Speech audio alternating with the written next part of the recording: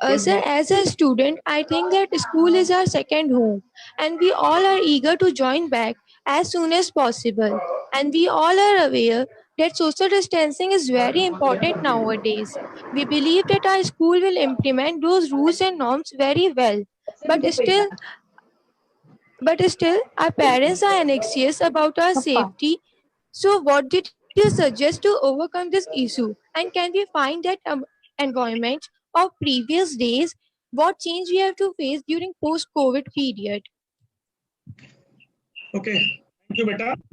बच्चों के स्वास्थ्य को लेकर के, बच्चों के हेल्थ को लेकर के, सेफ्टी सिक्योरिटी को लेकर के सिर्फ स्कूल ही नहीं, पेरेंट्स ही नहीं, हम सीबीएसई ऑर्गेनाइजेशन एंड बाकी कंट्री के सारे लोग भी अवेयर हैं और चिंतित हैं। तो ये डिसीजन स्कूल को खुलने को लेकर के बहुत बड़ा डिसीजन होगा। जैसा कि मैं ये भी बताना चाहूंगा कि जैसे कि हमारे कुछ एग्जाम्स पेंडिंग रह गए थे और हम लोगों ने प्लान किया था कि एग्जाम्स कराएंगे, उसको लेकर के भी पेरेंट्स रिक्वेस्ट कर रहे हैं कि बच्चों को डेंजर में ना डाला जाए। तो स्कूल कब खुलेंगे इसको निकल के निर्णय बेसिकली नेशनल लेवल पे होगा, हेल्थ मिनिस्ट्री और होम मिनिस्ट्री के लेवल पे होगा, भारत सरकार के स्तर पर होगा। और ये तभी स्कूल खुलेंगे जब ये सिचुएशन थोड़ी सी नॉर्मल होगी और जब ये होगा कि बच्चों को कोई खतरा नहीं है। क्योंकि देखिए, एक स्कूल में मोर देन 3000 बच्चे पढ़ते हैं, मीन्स 3000 फैमिली से लोग आ रहे हैं। तो कोविड के स्प्रेड को लेकर के सबसे डेंजरस सिचुएशन स्कूल हो सकता है, क्योंकि मैक्सिमम फैमिली वहां आ रहे हैं। जी, मेरी आवाज आ रही है? Yes, sir. या तो स्कूल को खुलने को लेकर के मैं आप सबसे यही कहूंगा कि उसके लिए आप लोग परेशान ना हो। स्कूल जब खुला जाएगा, जब सिचुएशन नॉर्मल होगी और ऐसा लगेगा कि कोई खतरा अब नहीं है, जब तक स्कूल नहीं खुलता है तब तक बच्चे घर में रह करके सेल्फ स्टडी करें, प्रोजेक्ट बेस्ड स्टडी करें और अपने टीचर से गाइडेंस लेते रहें, पेरेंट्स से गाइडेंस लेते रहें। व्हाटएवर बच्चों का जो विजन है, जो प्लान है, जो उनका एम है, उसके लिए अपना सेल्फ प्रिपरेशन स्टार्ट करें। मेरा ये दूसरा सजेशन है, क्योंकि ये समय दोबारा लौट करके नहीं आएगा। ऐसा नहीं होना चाहिए कि लर्निंग गैप बच्चों का बढ़ जाए। तो ये मेरा दूसरा सजेशन बच्चों के लिए है। एंड पोस्ट कोविड जब भी स्कूल खुलेंगे उसकी डिटेल गाइडलाइन सीबीएसई और डिफरेंट मिनिस्ट्रीज जारी करेंगी। अगर आज के दिन मुझसे पूछा जाए तो सोशल डिस्टेंसिंग, सैनिटाइजर का उपयोग, मास्क का उपयोग, प्रॉपर हेल्थ केयर, बच्चों की इम्यून को बढ़ाने की, ये सारी चीजें हैं जो हमें करनी ही पड़ेंगी। और इसमें school management, teachers, principles and parents, all four domain का मेजर रोल होगा। तो जब भी स्कूल खुलेगा ये चीजें ध्यान में रखी जाएंगी। बट मेरा फाइनल सजेशन आप बच्चों इस प्रश्न को लेकर के ये है कि ये समय आज नहीं तो कल निकल जाएगा, लेकिन जब तक आप घर में हैं इस समय का प्रॉपर उपयोग करें। अपना प्लान करें कि 2 आवर या 4 आवर या 6 आवर या 8 hour, whatever your plan, वो आप प्रॉपर अपने रूम में अपनी सेल्फ स्टडी के साथ, टीचर के गाइडेंस के साथ उसको कंप्लीट करें, जिससे ये चीजें मिस ना हो जाएं। क्योंकि जब स्कूल खुला रहता था तो आप 8 आवर स्कूल से कनेक्टेड रहते थे। समटाइम वो रोट लर्निंग होती थी, समटाइम आपकी एक्सपीरियंशियल होती थी, बट आप पढ़ लेते थे, अल्टीमेटली नॉलेज तो मिल ही जाती थी और कभी कभी आप उसका एप्लीकेशन भी कर लेते थे। बट घर में रहते हुए अगर आप 8 आवर में से 4 आवर भी स्टडी नहीं कर पा रहे हैं तो ये चिंता की बात है। इसलिए बच्चों को ये मैं बड़ा सजेशन देना चाहूंगा कि एटलीस्ट मिनिमम 4 to 5 आवर अपना सेल्फ स्टडी में डिवोट करें और टीचर से अपना क्वेश्चंस, अपनी क्वेरीज लेते रहें। Question is, as the entire country is moving towards digitalization, rising above such uncertain repercussions, will the board also come up with plans of promoting digital learning on a large scale, and how? Okay, great question. मैं एक बार फिर repeat करूंगा। Last 2000 में जितना development नहीं हुआ था वो लास्ट 200 ईयर में हुआ है, एंड लास्ट 200 ईयर में जितना डेवलपमेंट नहीं हुआ था वो लास्ट 40 ईयर में हुआ है। That is because of digital revolution. तो डिजिटल एजुकेशन ऑलरेडी आपके घर तक पहुंच चुकी है और ऑनलाइन क्लासेज आपकी चल रही हैं। मोबाइल हो या व्हाट्सएप हो या क्लासरूम्स हो, इवन टेलीविजन के माध्यम से, रेडियोज के माध्यम से ये चीजें ऑलरेडी एग्जिस्टेंस में आ चुकी हैं। और बच्चे, आपने प्रश्न किया तो मैं आपके माध्यम से सारे बच्चों को बताना चाहूंगा, एक मेजर स्किल है digital literacy, 21st century skill, जो बड़ी फेमस चीज है। हम एक्सपेक्ट करते हैं कि हमारे स्कूल्स 21st सेंचुरी स्किल्स को बच्चों में डेवलप कर रहे हैं और इवॉल्व कर रहे हैं। उसमें एक मेजर स्किल है डिजिटल लिटरेसी, उस डिजिटल लिटरेसी में जिसको लिटरेसी बोलते हैं, उसमें major component digital media and information का है। तो ये डिजिटल रिवॉल्यूशन एक ऐसी चीज है जिससे हम और आप अब दूर नहीं रह सकते, ऑलरेडी मोबाइल के रूप में हमारे पास तक है। इंपॉर्टेंट ये है कि इस डिजिटल एजुकेशन, इस ऑनलाइन एजुकेशन को, इस ई एजुकेशन सिस्टम को स्कूल और स्टूडेंट्स कोलैबोरेट करें। मीन्स ये एजुकेशन रोट लर्निंग की जगह आपके लिए एक्सपीरियंशियल हो और आप उसका एप्लीकेशन बेस्ड स्टडी करें जो आपके जीवन के काम है, ये ज्यादा महत्वपूर्ण है। तो सीबीएसई ने ऑलरेडी सर्कुलर जारी कर दिया है कि हम ऑनलाइन क्लासेस बच्चों की स्टार्ट करें। हमने ये भी सर्कुलेट किया है, ये क्लासेज एक लिमिट से ज्यादा नहीं होनी चाहिए जिससे आपकी हेल्थ पर, आपके ब्रेन पर, आपकी आईज पर स्ट्रेस ना पड़े। हमने ये भी सर्कुलर में लिखा है आपके teacher activity, projects, questions and तमाम सारे डिफरेंट मोड्स का उपयोग ई क्लास और ऑनलाइन क्लास में करें, जिससे ये रोट लर्निंग ना हो और ऐसा ना हो कि टीचर की वीडियो ही आपको सुनाई पड़े, आप उसमें प्रॉपर पार्टिसिपेट करें। और अंतिम चीज, डिजिटल एजुकेशन एक अच्छी चीज इसलिए भी होने जा रही है आपके लिए कि अभी तक क्या होता था कि आप हाथ से कुछ लिखते थे और उसको प्रिपेयर करते थे। आप अपने लैपटॉप पर, अपने कंप्यूटर पर अपना प्रोजेक्ट्स, अपनी एक्टिविटीज, अपनी ऑल इनोवेशंस आप उसको प्रिपेयर करके डिमॉन्स्ट्रेट कर सकते हैं, प्रिजर्व कर सकते हैं, सेव कर सकते हैं, तो हमेशा आपके पास रहेगा। तो ये रिवॉल्यूशन आपके घर तक आ चुकी है और इसको कोई रोक नहीं सकता। जितनी जल्दी से जल्दी हो आप इसको अडॉप्ट करें और अपने को यूज्ड टू बनाएं। Sir, my question is, being a PCM student, we have a lot of practical syllabus to be covered, and it requires our sole presence in the science lab. And a lot of our schooling time has been drained, and nobody knows about the future as well. So, are there going to be any major changes in the practical syllabus? Okay, thank you, आभास। दो चीज, जब तक आपके proper schools नहीं खुलते हैं तब तक आपको हर काम अपने घर से करना है, बेसिक चीज है। तो हमें और आपको अपने घर को अपने स्कूल की तरह प्रैक्टिकल रूम के रूप में, लैब के रूप में कन्वर्ट करना है। जैसे आपने अपनी क्लासेस को अपने घर में ऑनलाइन क्लासेस के रूप में कन्वर्ट कर लिया, एंड आई होप कि आप लोग उसका प्रॉपर यूज कर रहे हैं। स्कूल में एक बंधन होता है, आप बंधे रहते हैं, 40 मिनट आपको पढ़ना ही है, कोई ऑप्शन आपके हाथ में नहीं है। लेकिन घर में प्रॉपर लिबर्टी आपको है, फ्रीडम है, तो घर में आप अपनी मर्जी से अपने काम कर सकते हैं। बहुत बड़ी अपॉर्चुनिटी है। फ्रीडम लर्निंग के लिए सबसे इंपॉर्टेंट है। तो घर में एक फ्रीडम मिली है, तो मैं होप करता हूं, उम्मीद करता हूं कि आप उस फ्रीडम को क्रिएटिव तरीके से अपने लिए यूज कर रहे हैं और उसको खराब नहीं होने दे रहे हैं। प्रैक्टिकल्स की जहां तक बात है, नो डाउट अभी तक जो इंडियन एजुकेशन सेटअप में रहा है, हर स्कूल में एक प्रैक्टिकल लैब होता है और बच्चे वीक में 1 या 2 या 3 दिन जा करके अपने अपने सब्जेक्ट से रिलेटेड प्रैक्टिकल्स करते हैं। स्कूल अभी आपको मिलने वाला नहीं है। इसमें आपको 2 उपाय करने हैं। आप जब अपने फिजिक्स या केमिस्ट्री या बायो के प्रैक्टिकल्स को एक बार रिव्यू करें, ऑलमोस्ट 60% प्रैक्टिकल्स आपके घर में अवेलेबल है, आपकी किचन में अवेलेबल है, आपके घर में अवेलेबल है, आपके आसपास अवेलेबल है, और मैक्सिमम चीजें आपके पास है। तो टीचर से मैं रिक्वेस्ट करूंगा कि इनोवेटिव तरीके से उससे रिलेटेड प्रैक्टिकल, हो सकता है कि एसिड्स आपके घर में ना हो जिसकी जरूरत भी नहीं है, हो सकता है कि ऐसे केमिकल्स आपके घर में ना हो केमिस्ट्री को लेकर के, इट मे बी कि फिजिक्स को लेकर के इंस्ट्रूमेंट्स आपके घर में ना हो। तो टीचर इनोवेटिव तरीके से वैसे प्रैक्टिकल्स को थोड़ा सा मॉडिफाई करके ट्राई करें कि आप अपने घर की चीजों के साथ उसको कर सकें, जिससे बिल्कुल जीरो से आप एटलीस्ट 40-50% तक अवेयर रहे। नंबर 1। नंबर 2, आप नेट पर सर्च करिए तो वर्चुअल लैब्स अवेलेबल है, सम फ्री ऑफ कॉस्ट और कुछ जगहों पे पेमेंट बेसिस पे। तो वर्चुअल लैब्स, अगर आपके स्कूल में स्मार्ट बोर्ड है और स्मार्ट बोर्ड के साथ साथ आपके स्कूल में डिजिटल बोर्ड भी अगर है, तो डिजिटल बोर्ड आपको वर्चुअल लैब की पूरी चीजें देखता है। मुझे याद है कि 2008 में मैं किसी स्कूल में था, प्रिंसिपल था, 2008 में हमने डिजिटल बोर्ड लगाया था एंड इंटायर प्रैक्टिकल्स बच्चे डिजिटल बोर्ड पर सिमुलेशन के थ्रू कंडक्ट करते थे। आप बस टच नहीं कर सकते, टेस्ट ट्यूब आपको टच नहीं कर सकते, इट मे बी, हो सकता है केमिकल आपके हाथ में टच ना हो, लेकिन उस वर्चुअल लैब में, डिजिटल बोर्ड में वो सारी फैसिलिटीज हैं जो आप अपने घर से कर सकते हैं, इंटायर थिंग्स, क्योंकि आपको एक्सपीरियंस होगा। आपको ये भी बताऊं, बहुत सारे जो इन्वेंशंस आविष्कार हो रहे हैं वो वर्चुअल लैब में अब हो रहे हैं। अब अगर कोई कंट्री कोई चीज डेवलप कर रहा है तो उसको प्रैक्टिकली यूज नहीं कर रहा, वो वर्चुअल लैब में, डिजिटल लैब में उस चीज को चेक कर रहा है और उससे प्रॉपर 100% एक्यूरेसी ले रहा।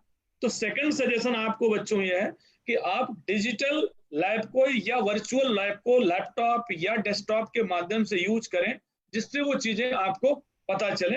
ये दूसरी चीज है। ये दोनों चीजें आपको उस अपने लैब को, अपने इन्वेंशन को, अपने इनोवेशन को प्रैक्टिकल लाइफ से जोड़ेगा। अभी सपोज करिए आप अगर बायो के स्टूडेंट हैं, सपोज करिए, और एक अपने बायो के लैब में आप कोई प्रैक्टिकल करते हैं, घर आकर के आप अपने जीवन से नहीं जोड़ते थे, लेकिन अब आप वही अगर अपने घर में करेंगे तो आपको बेटर अंडरस्टैंडिंग होगी, आपको मजा आएगी, आपको आनंद आएगा। आप किचन में जाएंगे तो आपको डिफरेंट टाइप का आनंद आएगा। ऐसे बहुत सारी चीजें हैं। अगर आप साल्ट से रिलेटेड एक्सपेरिमेंट होते हैं, शुगर से रिलेटेड एक्सपेरिमेंट्स होते हैं आपके पास, डिफरेंट आपके किचन में अवेलेबल, ऑयल से रिलेटेड एक्सपेरिमेंट आपके लैब में होते हैं, आपके घर में अवेलेबल। तो दोनों चीजें मैं रिक्वेस्ट करूंगा आप बच्चों से कि आप अपने किचन को, अपने घर को यूज करें और टीचर सहयोग करें, मॉडिफाई करें आपके प्रैक्टिकल्स को, डिफरेंट तरीके से आपको दें, एंड वर्चुअल लैब का यूज करें। एंड लास्ट, जब स्कूल खुलेगा तो ऐसे प्रैक्टिकल्स जो आप घर में नहीं कर पाए हैं, आपके टीचर स्कूल में एक्स्ट्रा टाइम लेकर के, एक्स्ट्रा टाइम डिवोट करके आपको उसका प्रॉपर एक्सपीरियंस देने का प्रयास करेंगे, मैं उम्मीद करता हूं। लेकिन आपके सेटिस्फेक्शन के लिए मैं बता दूं कि अगर आपका 12th का या 10th का सिलेबस रसलाइज होता है और थोड़ा सा कम होता है बिकॉज आपकी प्रॉपर क्लासेस नहीं चल रही, तो उतनी मात्रा में प्रैक्टिकल भी कट कर दिए जाएंगे। तो अगर आप नंबर की चिंता कर रहे हैं कि आपके 10th और 12th में मार्क्स कम तो नहीं हो जाएंगे, तो उसकी चिंता मत करिए, उसके लिए हम अवेयर है। लेकिन उससे बड़ी चिंता आपको करनी चाहिए, अगर करेंगे ही नहीं तो सीखेंगे कैसे। अगर आपने 30-40% सिलेबस हमने कम कर दिया तो आपको बस इतना ही आनंद आएगा, परीक्षा में नहीं आएगा, नंबर खराब नहीं होंगे। लेकिन आप देखिए ना, आपके जीवन से वो निकल गया, तो वो 40%, 30% अगर आपकी लाइफ से निकल गया, आपने अनुभव नहीं किया, यूज नहीं किया, एप्लीकेशन नहीं किया, तो कहीं ना कहीं वो लर्निंग गैप होगा। अभी आप छोटे छोटे हैं, बच्चे हैं, थोड़े से इमेच्योर हैं, अभी आपको लगता है कि कम पढ़ना हो, कम मेहनत करनी हो, कम सीखना हो तो ज्यादा आनंद है, क्योंकि नॉर्मली स्कूल की जो क्लासेज होती हैं बोरिंग होती है। नॉर्मली स्कूल की क्लासेज बोरिंग होती है, हम मजबूरी में 8 घंटे पढ़ते हैं, इंटरेस्टिंग बहुत कम होती है, बहुत कम होती है। अगर इन चीजों को घर में आप करेंगे और होम बेस्ड स्टडी करेंगे, सेल्फ स्टडी करेंगे, इनोवेटिव तरीके से करेंगे, तो टीचर आपकी गाइड की भूमिका में होगी, एनलाइटन करेगी आपको, तो ये बहुत ही ज्यादा आनंददायक एजुकेशन सेटअप होगा, जो इंडिया में स्टार्ट हो चुका और फॉरेन कंट्रीज में ऑलरेडी चल रहा है। हम उम्मीद करते हैं कि आपके प्रश्न का उत्तर मिल गया होगा, बट आप इसको फॉलो करिएगा। ऐसा ना हो कि आज ये सिर्फ वेबिनार में रह जाए और आपको बस आए कि उत्तर मिला। आप अपने घर में करिएगा, और अगर आपकी टीचर ज्वाइन की हैं तो हम आपके टीचर से रिक्वेस्ट करेंगे कि आपसे बात करके आपको मोटिवेट करें इनको करने के लिए। Thank you. So my question to you is that assessment of answers, especially in the essay type questions in all the subjects, specifically in languages and humanities, is difficult in the present situation of online teaching. Now, if schools take longer to reopen, what are the CBSE's plans for the blueprint of the question paper, especially for the class 12th batch of 2021? Okay, thank you बेटा। मुझे लगता है कि जो long type के questions हैं उनको assess करना ज्यादा आसान है ऑनलाइन क्लासेस के समय में, ज्यादा आसान है। क्यों? क्योंकि अभी तक आप सिर्फ लिखती थी। असेसमेंट सिर्फ कॉपी में लिखे गए प्रश्न के उत्तर का नहीं होना चाहिए। अब आपके पास तमाम सारे इनोवेटिव माध्यम से आप लिख सकती हैं, आप वीडियो बना सकती हैं, आप एक्सपेरिमेंट कर सकती हैं, जो प्रश्न से रिलेटेड है उसकी एक्टिविटी आप रिकॉर्ड कर सकते हैं। तो आपके टीचर को instead of 1 copy and 1 assessment करने के मोर देन 4-5 असेसमेंट के तरीके मिल गए। आप लिख रही हैं, आप वीडियो बना रही हैं, आप एक्टिविटी अपलोड कर रही हैं, आप ग्रुप एक्टिविटी कर रही हैं, तो मुझे लगता है कि ये असेसमेंट का बेटर तरीका है जो आपकी टीचर को फॉलो करना चाहिए। अब आते हैं हम सीबीएसई पर कि ऐसे लॉन्ग क्वेश्चंस अगर आपके एग्जाम में आएंगे तो सीबीएसई में उसका परफॉर्मेंस क्या होगा।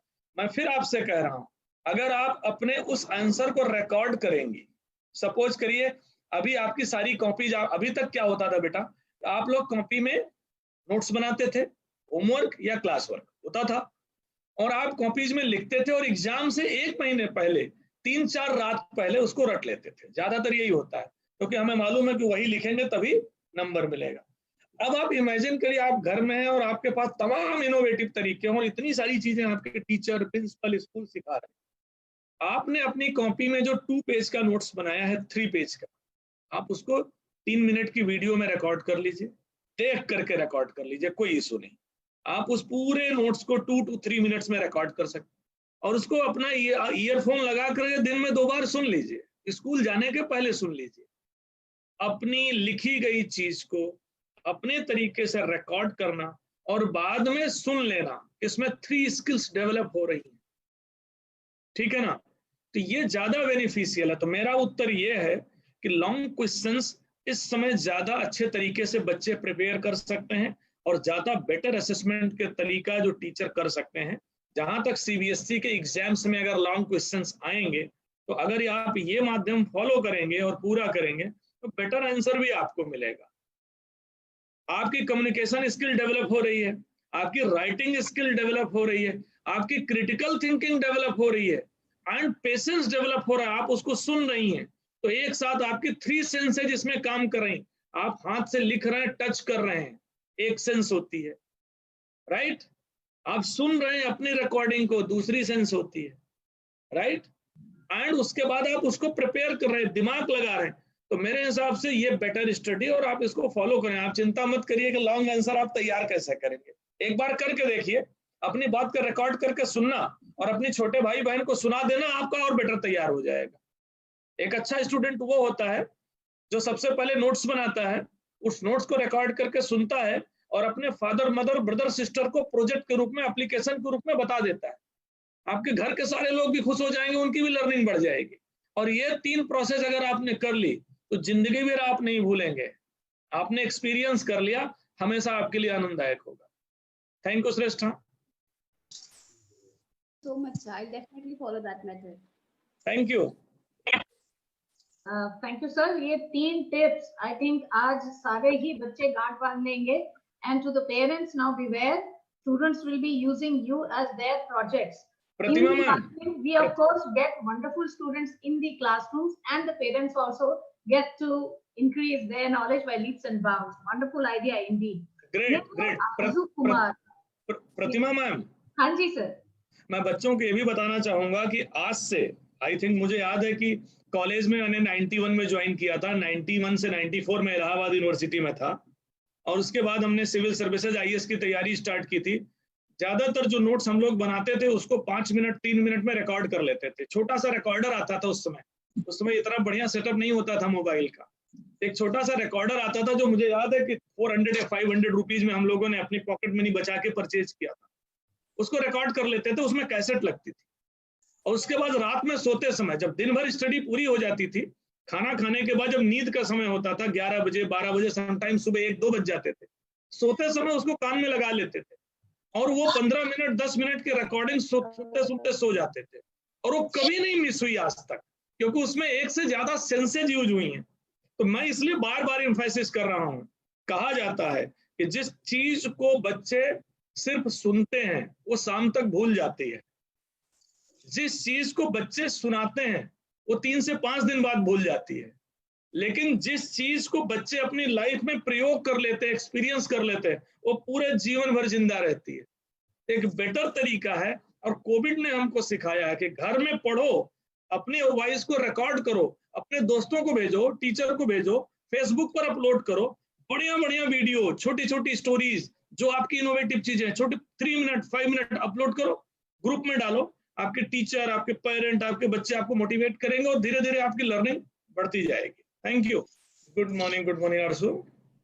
Sir, my question is that as we know that schooling is not just about academic growth of children, it's Yes. also about growth in logical learning and physical learning and mental ability also, sir.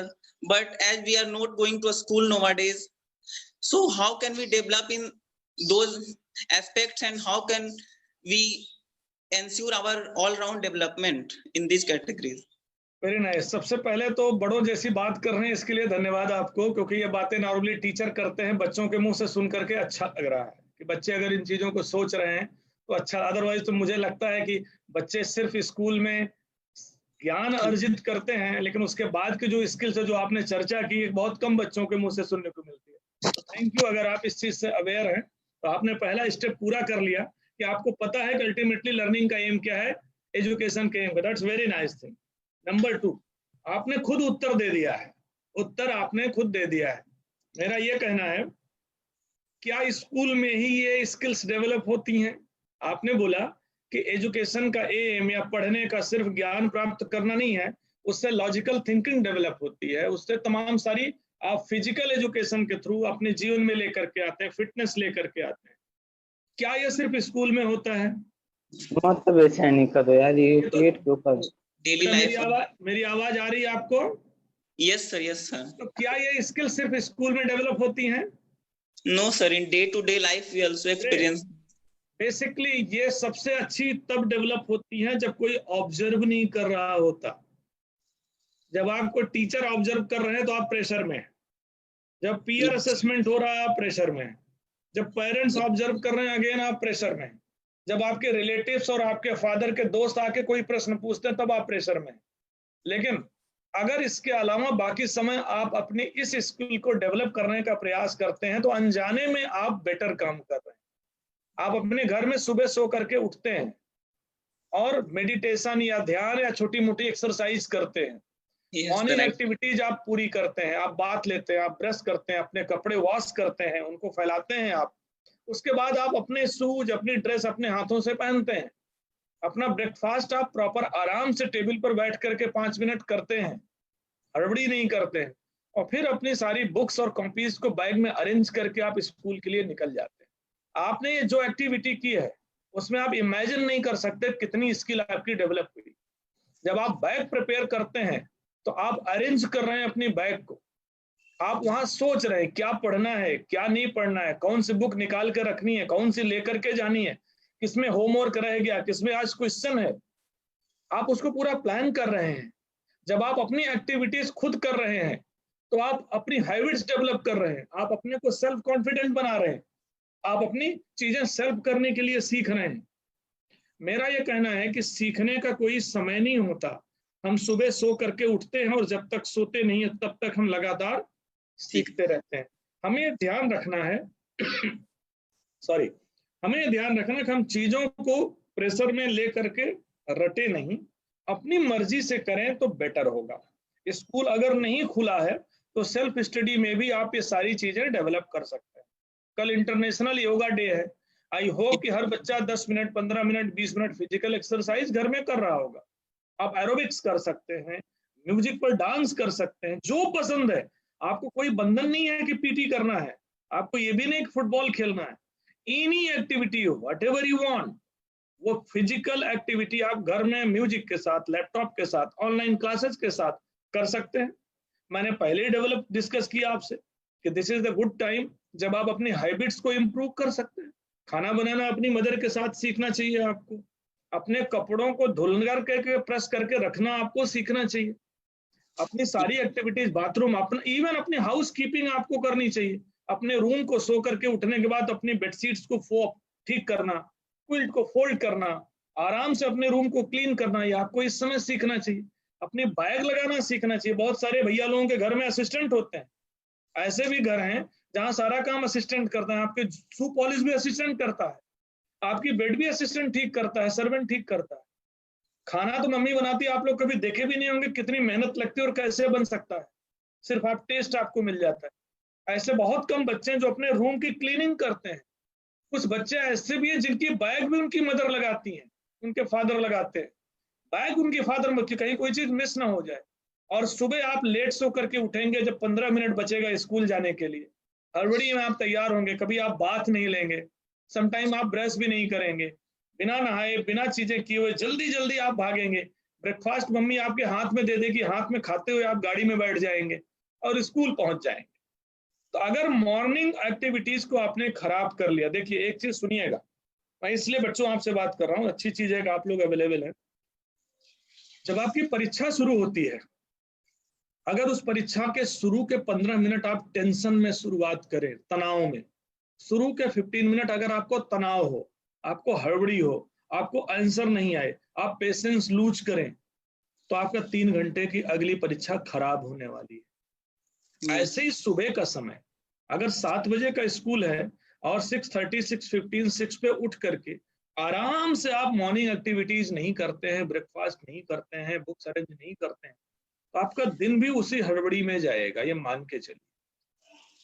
तो अपनी दिनचर्या को नियमित करना, अनुशासित करना, चीजों को सीखना, फिजिकली फिट रखना, ये जरूरी है। और अगर आप इस चीज को ठीक करेंगे तो जो आपने प्रश्न किया कि इनोवेटिव थिंकिंग, क्रिटिकल थिंकिंग, तमाम सारी ऐसी प्लेवे मेथड्स में जिसमें आपका शरीर फिट रहे, वो भी आप साथ साथ कर लेंगे। तो मैं उम्मीद करता हूं कि आपका प्रश्न आपको भी और बाकी बच्चों को भी सोचने के लिए, थिंक करने के लिए बाध्य करेगा। आप एक बार रिव्यू करें कि आपकी मॉर्निंग टू इवनिंग की दिनचर्या, रूटीन कैसा है। ऐसा ना हो कि आप सिर्फ बातें सुने, स्पीच बाबा की तरह, जैसे बाबा जी बहुत सारी स्पीच आके देते रहते हैं वीडियोज में, और शाम तक हम सब भूल जाते हैं। तो अगर आप इंटरेक्ट कर रहे हैं, हम उम्मीद करते हैं कि आप अपने को रिव्यू करेंगे, रीथिंक करेंगे कि आपकी मॉर्निंग टू इवनिंग एक्टिविटीज आपके लिए कितनी बेनिफिशियरी हैं और आपकी स्किल्स कितनी डेवलप हो रही हैं। मुझे लगता है स्कूल बंद है तब भी सारा काम घर में हो सकता है। सिर्फ आप फील्ड एक्टिविटी नहीं कर सकते हैं, उसके लिए इंडिजिनस गेम्स होते हैं, छोटे छोटे गेम्स होते हैं, उसको आप घर में कर सकते हैं। आप सब कुछ कर सकते हैं। अगर आप मेरा उदाहरण ले तो मैं बता रहा हूँ, मॉर्निंग में 2 किलोमीटर रनिंग करता हूँ, 2 किलोमीटर वॉक करता हूँ, एंड 1 आवर उसके बाद आकर के किसी योगा टीचर के गाइडेंस में मैं एक्सरसाइज करता हूँ। मैं 2 आवर डेली अपने को देता हूँ। उसका बेनिफिट ये है कि मैं फिजिकली, मेंटली, इमोशनली अपने को बैलेंस रख पाता हूँ, मेरा दिन अच्छे से जाता है। तो आप एक बार रिव्यू करिए कितना है, आप इसको सोचिए और आपको इसका बेटर रिजल्ट मिलेगा। और जब स्कूल खुलेगा तो सारी चीजें ऑटोमेटिकली आपको मिल जाएंगी। Do not worry. Good morning, sir. So with this lockdown and closure of schools, we have been bereft from normal school, where we have seen our seniors enjoy their leadership position in the previous years. Sir, my question to you is, does CBSE have any plans of extending this academic session beyond March 2021 so that we get an opportunity to hone our leadership skills and enjoy the last year at school? So what I'm putting up is not just a question, but a plea from our entire batch. Okay, thank you, बेटा। देखिए, समय दोबारा लौट करके नहीं आता है। समय दोबारा लौट करके नहीं आता है। आप अगर अपनी 1 साल की क्लास मिस करेंगे तो जाहिर है आपको अगली साल रिपीट करना पड़ेगा, और अगर आप रिपीट करेंगे तो आपकी 1 ईयर की एज बढ़ गई, आप 1 साल आगे निकल गए। हर चीज उम्र और समय के साथ होती है। अगर मजबूरी होगी और इमरजेंसी सिचुएशन होगी तो हम वो सब कुछ करेंगे जो आपके लिए बेनिफिशियल होगा। लेकिन मेरा ये मानना है कि सेशन आगे नहीं बढ़ेगा, हम आपके सिलेबस को थोड़ा सा शॉर्ट करेंगे जिससे एजुकेशन का कोई नुकसान ना हो। नंबर 1, हम सारी स्कूलों से रिक्वेस्ट कर रहे हैं कि जितनी जल्दी हो सके डिजिटल क्लासरूम को, इनोवेटिव क्लासरूम को, एक्सपीरियंशियल क्लासरूम को ऑनलाइन माध्यम से स्टार्ट करें, जिससे आपकी लर्निंग भी मिस ना हो और आपको नॉलेज भी मिलती रहे। जहां तक आपने प्रश्न किया है लीडरशिप स्किल, फिजिकल स्किल, कोई भी ऐसी स्किल नहीं, आपने स्किल की बात की तो मैं एक बार फिर बता देता हूं, पिछली बार मैं डिटेल डिस्कशन कर चुका था इसलिए मैंने सोचा था इस बार इसको अवॉइड करूंगा। लेकिन आपने अगर स्किल की बात की तो बहुत पहले 3 इंपॉर्टेंट स्किल होती थी। आपको reading, writing, listening and speaking skill आनी चाहिए। आप पढ़ सकते हैं, आप लिख सकते हैं, आप में सुनने का पेशेंस है और सुनाने का, बोलने की कला है। लॉन्ग बैक, आज से 20-25 साल पहले ये सर्कुलेट होता था कि ये स्किल्स बच्चों में आनी चाहिए। थोड़ा सा चेंज हुआ है, समय के हिसाब से चीजें चेंज हुई हैं, दुनिया बदली है। इसमें एक नई स्किल ऐड हो गई, दैट इज डिजिटल लिटरेसी, जिसकी बात हम इतनी देर से कर रहे हैं। तो अगर मैं स्किल की बात करूं तो आपकी लाइफ स्किल्स हैं जो आपके जीवन के लिए जरूरी है। लाइफ स्किल्स में लीडरशिप आती है, लाइफ स्किल्स में फ्लेक्सिबिलिटी आती है। आपको फ्लेक्सिबल होना चाहिए दूसरों के विचारों को सुनने के लिए, नई नई चीजों को अडॉप्ट करने के लिए, रिजिडनेस को कम करने के लिए। आप में लीडरशिप होनी चाहिए जिससे आप अपने हेल्थ को, अपनी लाइफ को, अपनी सोसाइटी को, अपने कंट्री को, ह्यूमैनिटी को लीड कर सके, नेतृत्व दे सके। नेतृत्व शब्द बहुत पुराना है, लीडर बहुत पुराना है। कभी आपने विचार किया कि लीडर का मतलब क्या होता है? लीडर का मतलब सिर्फ पॉलिटिकल लीडर नहीं होता। लीडर का मतलब होता है एक ऐसा व्यक्ति जो लीड कर रहा है। लीड का मतलब क्या होता है? आप आगे चल रहे हैं और आप रास्ता दिखा रहे हैं दूसरों को। लीडर के अंदर क्वालिटी होती है अपनी टीम प्रिपेयर करने की, टीम को साथ लेकर के। तो ये एक इंपॉर्टेंट लाइफ स्किल है लीडरशिप। प्रोडक्टिविटी भी एक इंपॉर्टेंट लाइफ स्किल है। आपको बनाना आता है, प्रोडक्शन करना आता है, चीजों को बढ़ाना आता है, जो आपने सीखा उसको प्रॉपर सोसाइटी में यूज करना आता है। सोशल स्किल्स, ये भी लाइफ स्किल्स है। कैसे बात करें, कैसे बिहेव करें, किस तरह एटीट्यूड रखें, कैसे फ्रेंडशिप करें, माँ बाप से, टीचर से, दोस्तों से, बॉस से, सीनियर से, जूनियर से, सोसाइटी से, इवन एनिमल से, बर्ड से, नेचर से। इनसे हम कैसे बिहेव करें, कैसे इनको सेंसिटिविटी के साथ अपनाएं, ये सोशल स्किल्स हैं, कल्चरल स्किल्स। दूसरी स्किल आपकी डिजिटल लिटरेसी, मैंने बात की। एंड तीसरी एक इंपॉर्टेंट स्किल होती है बच्चों, जिसको लर्निंग स्किल्स कहते हैं, जिसमें इनोवेटिव आइडियाज आना चाहिए, आपको इनोवेशंस आना चाहिए, क्रिएशंस आना चाहिए आपके अंदर, कोलैबोरेशन आना चाहिए। तो these are the skills.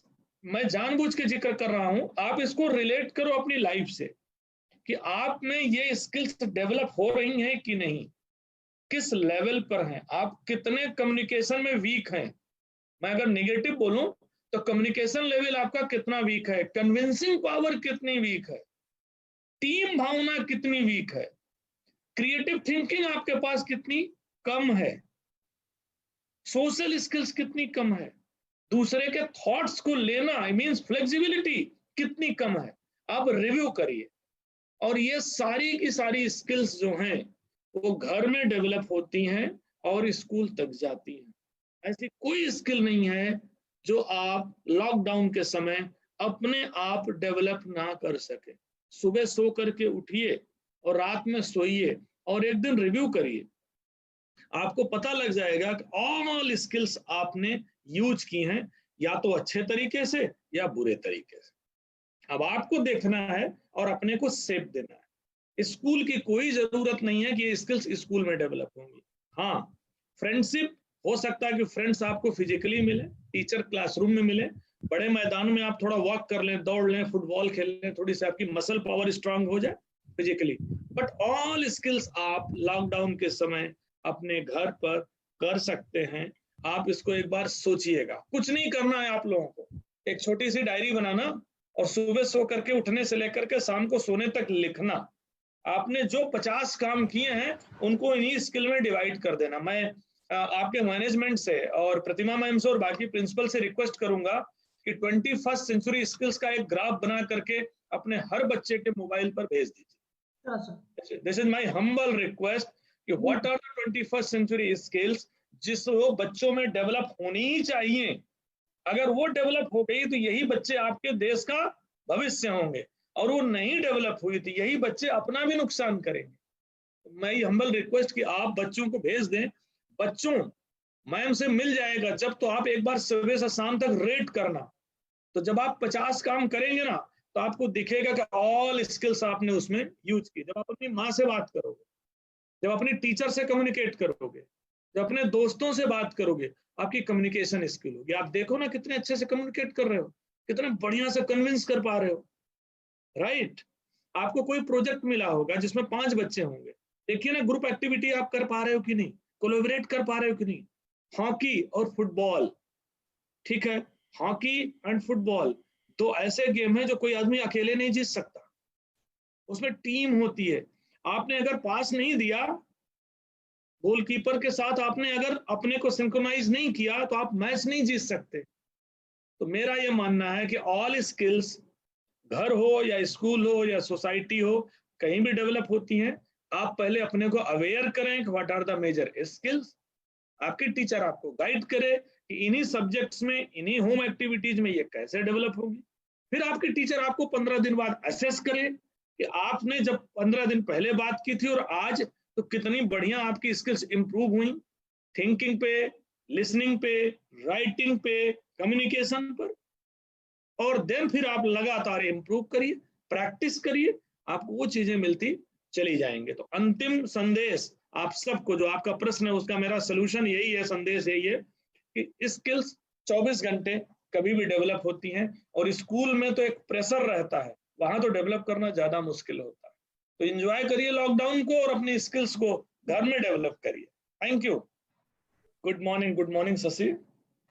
Sir, in real-time classrooms, there were periodic assessments taken by the school, but now they are being conducted virtually.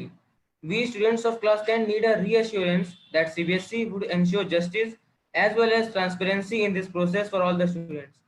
How this will be achieved? Okay, great. सबसे पहले तो मैं आपको बता दूं, आई थिंक आपकी teacher भी आपको डिस्कस करती होगी, बेस्ट असेसमेंट होता है सेल्फ असेसमेंट। जब आपको दूसरा असेस करता है तो प्री डिसाइडेड होता है। लाइक कि अगर मैं आपको असेस कर रहा हूं, आपने कोई आंसर लिखा और मैंने आपको असेस किया, तो वो प्रॉपर असेसमेंट नहीं है। तो सबसे पहले तो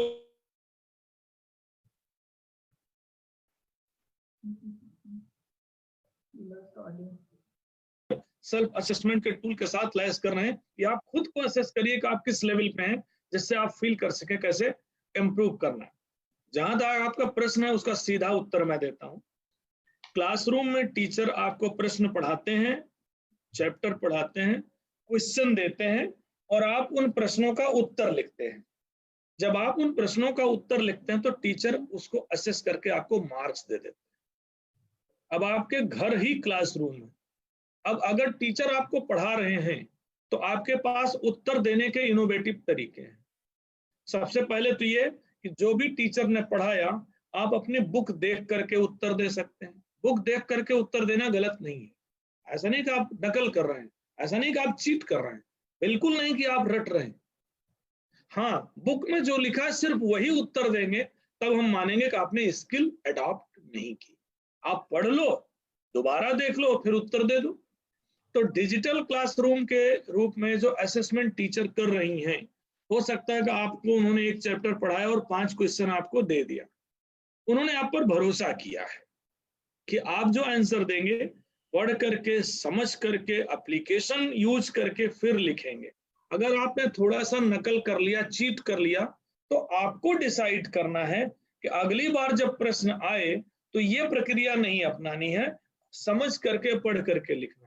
तो असेसमेंट का उत्तर मेरा यही है कि क्लासरूम में आंसर लिख करके टीचर अगर आपको जज करती है, वो रोट लर्निंग होती है, रटा है और आपको नंबर मिल गया, क्योंकि उसका एप्लीकेशन तो आपने किया ही नहीं, लाइफ में यूज किया ही नहीं। तो उससे खुश मत होइए, वो तरीका बिल्कुल अच्छा नहीं है और हम धीरे धीरे बदल रहे हैं। आने वाले समय में सेल्फ असेसमेंट बढ़ाएंगे, आपके टीचर्स को ज्यादा पावर मिलने वाली है इंटरनल असेसमेंट की। अगर इसमें 10th के बच्चे हैं, 11th के बच्चे हैं, 12th के बच्चे हैं, तो आपको मालूम है कि लास्ट ईयर सीबीएसई ने in all subjects 20 marks internal assessment के दे दिए। इंटरनल मतलब आपको पता है, आप जो कर रहे हैं आपकी टीचर आपको 20 दे देगी। आप अपना होमवर्क कर रहे हैं, लेसन प्लान कर रहे हैं, प्रोजेक्ट कर रहे हैं, एक्टिविटी कर रहे हैं, सेवा कर रहे हैं, तमाम सारी चीजें हैं, ठीक है। आप अपने नोटबुक्स प्रिपेयर कर रहे हैं, टीचर आपको 20 दे देगी। हम आपके टीचर पर भरोसा करते हैं। हम कितना विश्वास करेंगे और हमें अविश्वास क्यों करें? आज नहीं तो कल आप सीखेंगे, आज नहीं तो कल आप सीखेंगे। तो जैसे हमने आपके टीचर को 20% पावर दी है सेल्फ असेसमेंट की, आपको खुद असेस करें।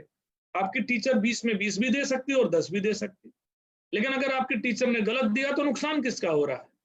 आपके स्कूल का, आपका और देश का। लेकिन हम ये पावर आपकी बढ़ाएंगे।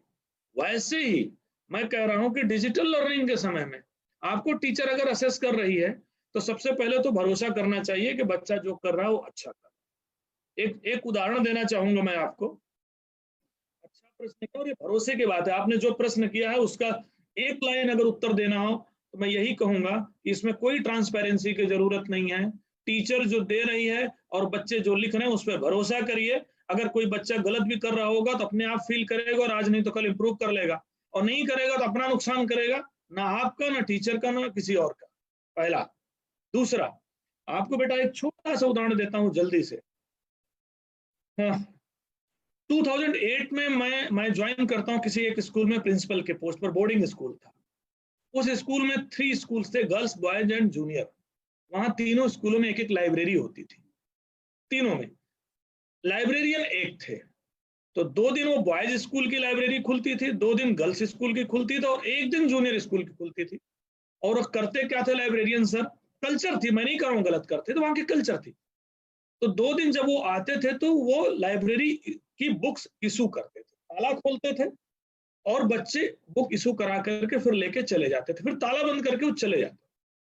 जिस दिन मैं ज्वाइन करता हूँ, पहले दिन की बात है, मैं उनसे रिक्वेस्ट करता हूँ कि तीनों लाइब्रेरीज को 24 घंटे ओपन कर दीजिए। मीन्स ऑल 3 लाइब्रेरीज, अगर एक लाइब्रेरियन है और वो 2 घंटे के लिए आ सकते हैं, तो मेरी इच्छा है कि 7 डेज 24 आवर लाइब्रेरी ओपन होनी चाहिए। जैसे आपकी किचन है ना, आपकी किचन आपके लिए कभी बंद नहीं होती, जब मर्जी कमरे से निकलिए और जाइए और बिस्किट खा लीजिए। वैसे लाइब्रेरी होनी चाहिए, जब मर्जी निकलिए और जाइए, बुक लीजिए और पढ़ लीजिए। और सुंदर लाइब्रेरी होनी चाहिए, बढ़िया लाइब्रेरी होनी चाहिए। तो मैंने अपने लाइब्रेरियन सर से रिक्वेस्ट किया कि sir 24 hour all 7 days library open कर दीजिए। उन्होंने अपोज किया और मालूम है क्या उत्तर दिया? सर बुक्स चोरी हो जाएंगी, हु विल बी रिस्पॉन्सिबल? मैंने कहा डू नॉट वरी, अगर हमारे स्कूल में किताबें चोरी हो रही हैं तो इसका मतलब बच्चों को पढ़ने की भूख है, चोरी करने दीजिए, नो वरी। किताबें चोरी होना अच्छा संदेश है, होने दीजिए। अगर किसी रेस्टोरेंट से रोटियां चोरी हो रही तो किसी का पेट भर रहा है, वो भी जरूरी है, तो किताबें चोरी होने दीजिए। आप बताएं, आप इमेजिन करिए, मैंने उस दिन तीनों लाइब्रेरीज ओपन करा दी, बच्चे कभी भी जा सकते हैं। नेक्स्ट वीक मेरे पास रिपोर्ट आती है लाइब्रेरियन सर की कि सर 220 बुक्स चोरी हो गई हैं। मैंने कहा सर क्यों कह रहे हैं चोरी हो गई हैं? वही बच्चा लेकर के गया होगा, पढ़ेगा और रिटर्न कर देगा। बोले नहीं रिटर्न करेगा तो? मैंने कहा और अच्छी बात है, वो घर ले जाएगा, अपने छोटे भाई को भी पढ़ाएगा, पेरेंट्स को भी पढ़ाएगा। ये एक छोटा सा प्रयोग था और ये मैंने किया था, ये सत्य प्रयोग है जो मैं आपसे बता रहा हूं। मेरे उस स्कूल में 3 ईयर में एक किताब चोरी नहीं हुई थी और मैं 25% बुक्स बच्चों को डोनेट कर देता था। गर्मी की और विंटर वेकेशन की छुट्टियों में हर बच्चे को एक किताब दे देता था, ले जाओ अपने घर में अपने माँ बाप को दे दो, पढ़ाओ। अगर 25% बुक्स हम हटाएंगे नहीं तो नई किताबें कैसे आएंगी? गर्मी की छुट्टियों में बच्चों को 500 रुपीज में पे करता था कि रेलवे स्टेशन से बुक खरीदना, 2 महीने बाद आना तो जमा कर देना, और अगर मिस भी हो गई तो हम बेवाफ कर देते थे। मेरा ये कहना है कि भरोसा करो अपने टीचर पर, अपने दोस्तों पर, अपने बच्चों पर, अपने असेसमेंट पर, और धीरे धीरे टीचर के असेसमेंट से सेल्फ असेसमेंट पर शिफ्ट कर जाओ, टीचर की क्लासेस सेल्फ लर्निंग पर शिफ्ट कर जाओ। दूसरा पढ़ाए उससे बेटर है सेल्फ स्टडी करो, प्रयोग करो, वो आपको एक बेटर इंसान बनाएगा और वही बेटर लर्निंग होगी। इस दुनिया में जितने आविष्कार हुए हैं ऐसे लोगों ने किया है, स्कूल के पढ़ाने वाले लोगों ने कोई आविष्कार नहीं किया होगा, क्योंकि उनको समय चाहिए, लिबर्टी चाहिए, सोचने की क्षमता चाहिए। तो आपके प्रश्न का मेरा यही उत्तर है, असेसमेंट की आप चिंता मत करिए। लर्निंग के समय में व्हाटएवर चीजें जो टीचर कर रहा है दैट इज द बेस्ट, और उसका बेस्ट उपयोग करिए। कोई बच्चा अगर चीट कर रहा होगा तो अपना नुकसान करेगा, धीरे धीरे वो छोड़ देगा, खुद ही छोड़ देगा। थैंक यू बेटा। Good morning, sir. Good morning Divya. Sir, we know that the online classes have been going on till now amidst the lockdown, and we don't know till when it will have to be carried on. So, how much importance will be paid on the attendance of the students during online classes by the CBSE, as many students are not being able to attend the online classes due to poor network connectivity issues or lack of resources, sir? Attendance की चिंता आप मत करिए, जितने दिन school आपके बंद रहेंगे उतने दिन अटेंडेंस हम आपकी माइनस कर देंगे। तो आपके प्रश्न का उत्तर, अगर आप अटेंडेंस को लेकर डर रहे हैं तो निश्चिंत रहिए, जितने दिन स्कूल बंद होंगे उतने दिन आपकी अटेंडेंस कम कर दी जाएगी, पहली चीज। दूसरी चीज, ऑनलाइन क्लासेस जो टीचर ले रही हैं वो अपनी रिक्वेस्ट हमारे ऑफिसर्स को भेजेंगी, सीबीएसई के एडमिनिस्ट्रेटिव ऑफिस को भेजेंगी, वो अटेंडेंस मान ली जाएगी। जो भी टीचर लिख करके देंगी कि मैंने इतने दिन पढ़ाया, हम उसको मान लेंगे, क्योंकि ये एक एक्सेप्शनल स्थिति है, इसमें कोई भी नियम नहीं चलेगा, हमें सारे नियमों को शिथिल करना पड़ेगा, आपके लिए नए नियम बनाने पड़ेंगे जिसमें आप जॉयफुल रहें, आपकी लर्निंग बेटर हो, आप सीखें, आप पे प्रेशर ना हो, आपकी लाइफ थ्रेटन ना हो। इसलिए नियमों की चिंता मत करिए, सीबीएसई ऑलवेज प्रोग्रेसिव बोर्ड है और हमेशा हम आपके नियम आपके हिसाब से बनाते हैं। तो अटेंडेंस के नए नियम आपके लिए बनेंगे जिसमें अटेंडेंस की कोई कंपल्सन नहीं होगा, जितनी क्लास मिस होंगी हम उसको माइनस कर देंगे, ऑनलाइन क्लासेस के अटेंडेंस को हम एक्सेप्ट करेंगे। और अगर ये दोनों नहीं होता है तब भी अगर कोई बच्चा नहीं पढ़ पाता तब भी हम उसके अटेंडेंस की जो शॉर्टेज है उसको हम एक्सेप्ट करेंगे। आप इसके लिए मत परेशान होइए। आपको बस मेरा संदेश यह है कि जो समय है उस समय का उपयोग करिए। एक भी दिन अगर निकल गया तो दोबारा लौट करके नहीं आएगा। ये हमें और आपको समझना चाहिए, क्योंकि जीवन महत्वपूर्ण है, जीवन दोबारा नहीं मिलता है, लाइफ इंपॉर्टेंट है। तो कोविड के समय में अपने को स्वस्थ रखिए, सेफ रखिए, सारे नियमों का पालन करिए, घर से कम निकलिए, दोस्तों से फोन पर बात कर लीजिए, चैट कर लीजिए, टैब पर चैट कर लीजिए, मिलने का काम कम से कम करिए। लेकिन जो आप घर में हैं 2 से 4 घंटे, मैं 10 घंटे 12 घंटे की बात नहीं कर रहा हूँ, only 2 to 4 hour self study में अपने को डिवोट करिए, और वो स्टडी एक्सपीरियंशियल हो, आपको मजा आए। आप उस पर वीडियो रिकॉर्ड कर लीजिए, प्रोजेक्ट बना लीजिए, दोस्तों को भेज दीजिए, उसकी अंडरस्टैंडिंग ले लीजिए, जो नहीं समझ में आता टीचर से बात कर लीजिए। एवरी डे 2 to 4 आवर अगर आप सेल्फ स्टडी कर देंगे, जब स्कूल ओपन होगा तो कुछ भी मिस नहीं रहेगा, ये मेरा पूरा विश्वास है। थैंक यू बेटा। So we know that online and offline teaching both are very different. And if we talk about slow learners, so how the teachers will focus on slow learners if the virtual class tends to run, and how will they be benefited by this? Very nice, बहुत बढ़िया question है। मेरे हिसाब से Covid के समय में online classes में, होम लर्निंग में ये ज्यादा बेटर तरीके से हो सकता है। रेगुलर क्लासरूम के में 40 मिनट में स्लो लर्नर बच्चा उसी क्लास में बच्चों के साथ कोप अप करता है। हम कहते जरूर हैं कि सारे बच्चों को एक ही तरीके से पढ़ाइए, एक ही सिस्टम फॉलो करिए, लेकिन हर बच्चे के लिए अलग अलग मॉड्यूल लेकर के आइए। अगर स्लो लर्नर है तो वो अलग तरीके से सीख सके, और प्रैक्टिकली ऐसा क्लासरूम में करना थोड़ा मुश्किल होता है। थ्योरी यही है, नियम यही है कि आपके साथ स्लो लर्नर भी पढ़ेगा, आपके साथ ब्लाइंड बच्चा भी पढ़ेगा, आपके साथ फिजिकली चैलेंज्ड बच्चा भी पढ़ेगा, लेकिन 40 मिनट में टीचर कई बार वो चीज उसके अकॉर्डिंग नहीं कर पाती। ऑनलाइन क्लासेस में ये ज्यादा पॉसिबल है। क्यों? एक तो क्लास रिकॉर्ड हो रही है, अगर कोई बच्चा स्लो लर्नर है, पूरी क्लास की इंटरेक्शन रिकॉर्ड हो रही है, टीचर पढ़ा रही है, बच्चे आंसर कर रहे हैं, बाकी उसके कलीग पीयर ग्रुप प्रोजेक्ट कर रहा है, और कोई न कोई चीजें आ रही। तो अगर किसी बच्चे को क्लास समझ में नहीं आई है तो उसका एक बेटर वर्जन ये है कि वो रिकॉर्डेड क्लास वो दोबारा सुन सकता है। टीचर्स अगर रिकॉर्डिंग नहीं तो टीचर से मांग ले, तो बच्चा 2 बार 3 बार उस ऑनलाइन क्लास की रिकॉर्डिंग को अपने हिसाब से पॉज करके स्लो तरीके से सीख सकता है। ये पहली चीज है। तो ऑनलाइन क्लास तो उसको बेटर प्लेटफॉर्म मिल गई। अभी तो 40 मिनट में टीचर गई तो गई, फिर तो अगली क्लास होगी और वो मिस हो गया। ऑनलाइन में भी कभी नहीं मिस होगा। ऑलवेज आप इसको बैक लेकर के, पीछे जा करके आप रिवाइंड करके आप इसको देख सकते हैं। तो ये this is the better version जो सीख सकता है। दूसरी चीज, ऐसे टीचर से मैं रिक्वेस्ट करूंगा कि अगर आपके पास कुछ बच्चे चैलेंज्ड हैं जिनको थोड़ा सा ज्यादा ध्यान देने की जरूरत है, तो एक बार उनके लिए डिफरेंट तरीके से लेसन प्लान बना ले। टीचर ने नॉर्मल बच्चों को किया और ऐसे बच्चों से एक बार और इंटरेक्ट कर ले।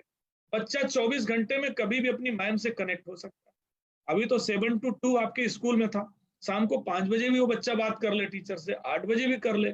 और टीचर इतनी सेंसिटिव होती है कि अगर उसके बच्चे की कोई चीज मिस हो गई है तो टीचर 8 बजे भी उसका जवाब दे देगी। टीचर तो आपकी माँ की तरह होते हैं या होती है। वो आपको ऐसा नहीं है कि आपने 8 बजे अगर कॉल किया तो टीचर रिफ्यूज कर देगी कि नहीं सुबह क्लास आवर्स में ही बताऊंगी, ऐसा नहीं होगा। तो ऐसे बच्चे दूसरा उपाय करके दोबारा अपने टीचर से कनेक्ट हो सकते हैं। तो मेरा मानना है for the slow learners, physically challenge लोगों के लिए, चाइल्ड विथ स्पेशल नीड्स के लिए ऑनलाइन क्लासेस ज्यादा बेटर है। रिकॉर्डेड को रिपीट कर सकते हैं, टीचर से डिफरेंट तरीके से सेकंड क्लास ले सकते हैं। Thank you. Thank you, sir. Thank you बेटा। Thank you so much. I got an opportunity to talk with you and representing my school, Vidya Sanskar Public School.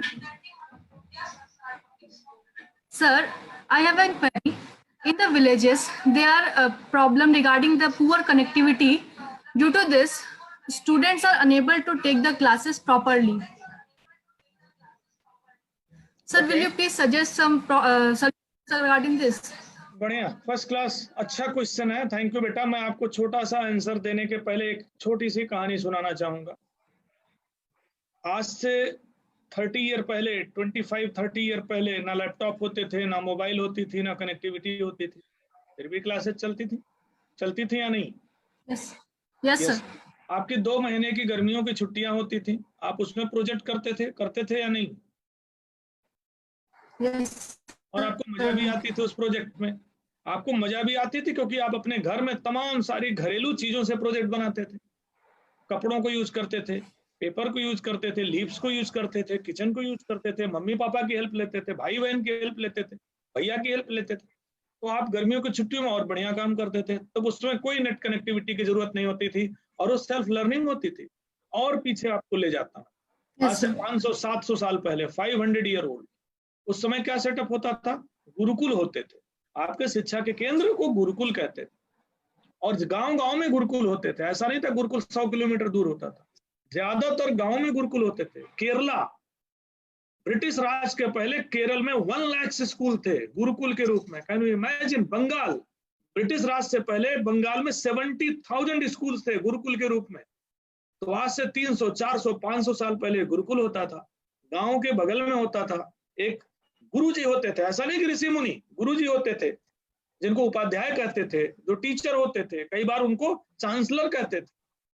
इनके स्कूलों में, इनके गुरुकुल में हजारों बच्चे कैसे सीखते थे?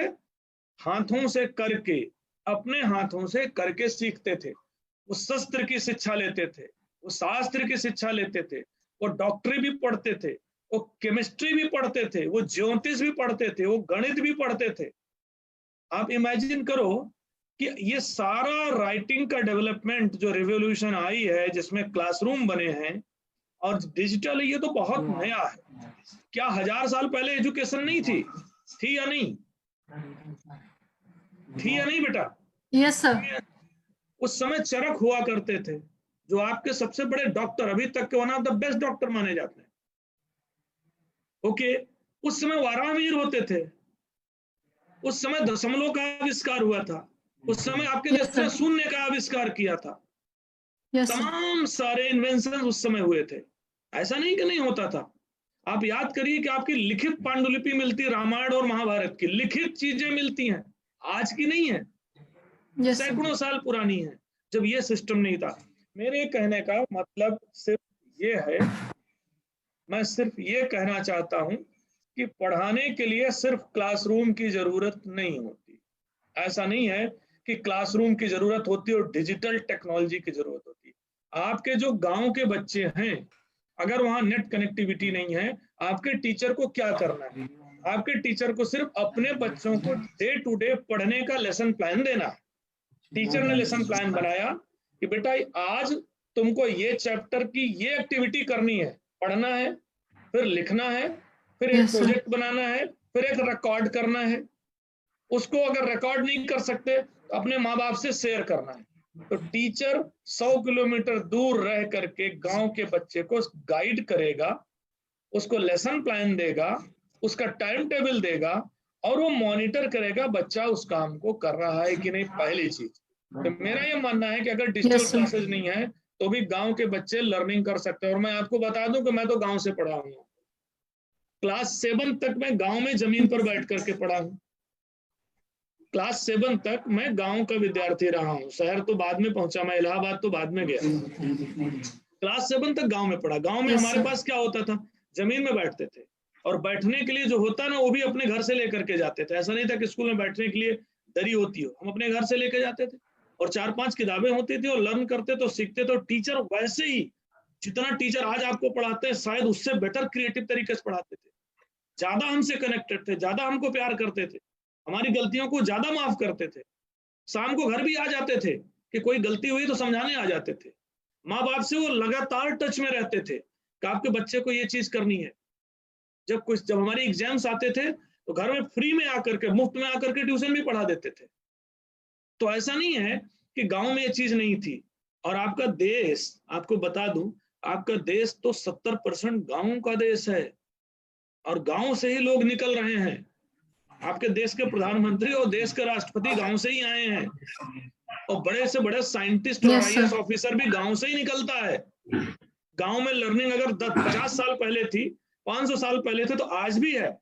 तो उत्तर ये है मेरा कि डिजिटल Yes, sir. क्लासेज अगर नहीं है तो लर्निंग बंद नहीं हो सकती। डिजिटल क्लास सिर्फ एक एडिशनल टूल है, एक्स्ट्रा टूल है, एक्स्ट्रा बेनिफिट है, उसका उपयोग करोगे बेनिफिशियल होगा, क्योंकि उससे आप टीचर से कनेक्ट करते हो। दूसरा, Okay, sir. गांव के बच्चों के लिए रेडियो क्लासेज अवेलेबल है, गांव के बच्चों के लिए स्वयं प्रभा चैनल पर टीवी की क्लासेज अवेलेबल है, गांव के बच्चों के लिए एनसीईआरटी की सारी बुक्स पीडीएफ फॉर्म में मोबाइल पर अपलोड कर दी गई हैं, बच्चे डाउनलोड कर सकते हैं। 1 सेकंड के लिए इंटरनेट मिलेगा किसी मोबाइल पर, बच्चे डाउनलोड कर ले। आपकी सारी की सारी बुक आपको खरीदने की जरूरत ही नहीं है, आप अपने घर में बैठ करके डाउनलोड कर लो, उसको कंप्यूटर में पढ़ लो या उसको प्रिंट आउट लेके पढ़ लो। तो चीजें बहुत सारी हैं, गांव के बच्चे भी इस काम को कर रहे हैं। मेरा मतलब बस ये है कि बच्चे छोटे होते हैं, उनको गाइडेंस की जरूरत होती है। कई बार वो चीजें नादानी में छोड़ देते हैं, भूल जाते हैं, लापरवाही कर देते हैं। तो जरूरत इस समय पेरेंट्स और टीचर्स की है कि बच्चों को थोड़ा सा मोटिवेट करें, थोड़ा सुपरवाइज करें और थोड़ा सा इंगेज करें एक्टिविटीज में। लर्निंग कभी भी खत्म नहीं होगी। Thank you. In this condition of COVID-19, we all are going through online classes. These classes are virtual and running through digital means. So these digital means are causing lots of problem interruption, such as connectivity issues and sound break. And due to for use of continuous, we are facing very health problems, including me also. Such health problems such as eyesight problems, and which is further going to mind problem, and such as headache. So how we can deal with it? बेटा आप किस class में हो? 10th. ओ great. तो आप अपने घर में मोबाइल यूज करते हो मम्मी पापा का कभी कभी? Yes sir. और आपके पास अपना भी मोबाइल है?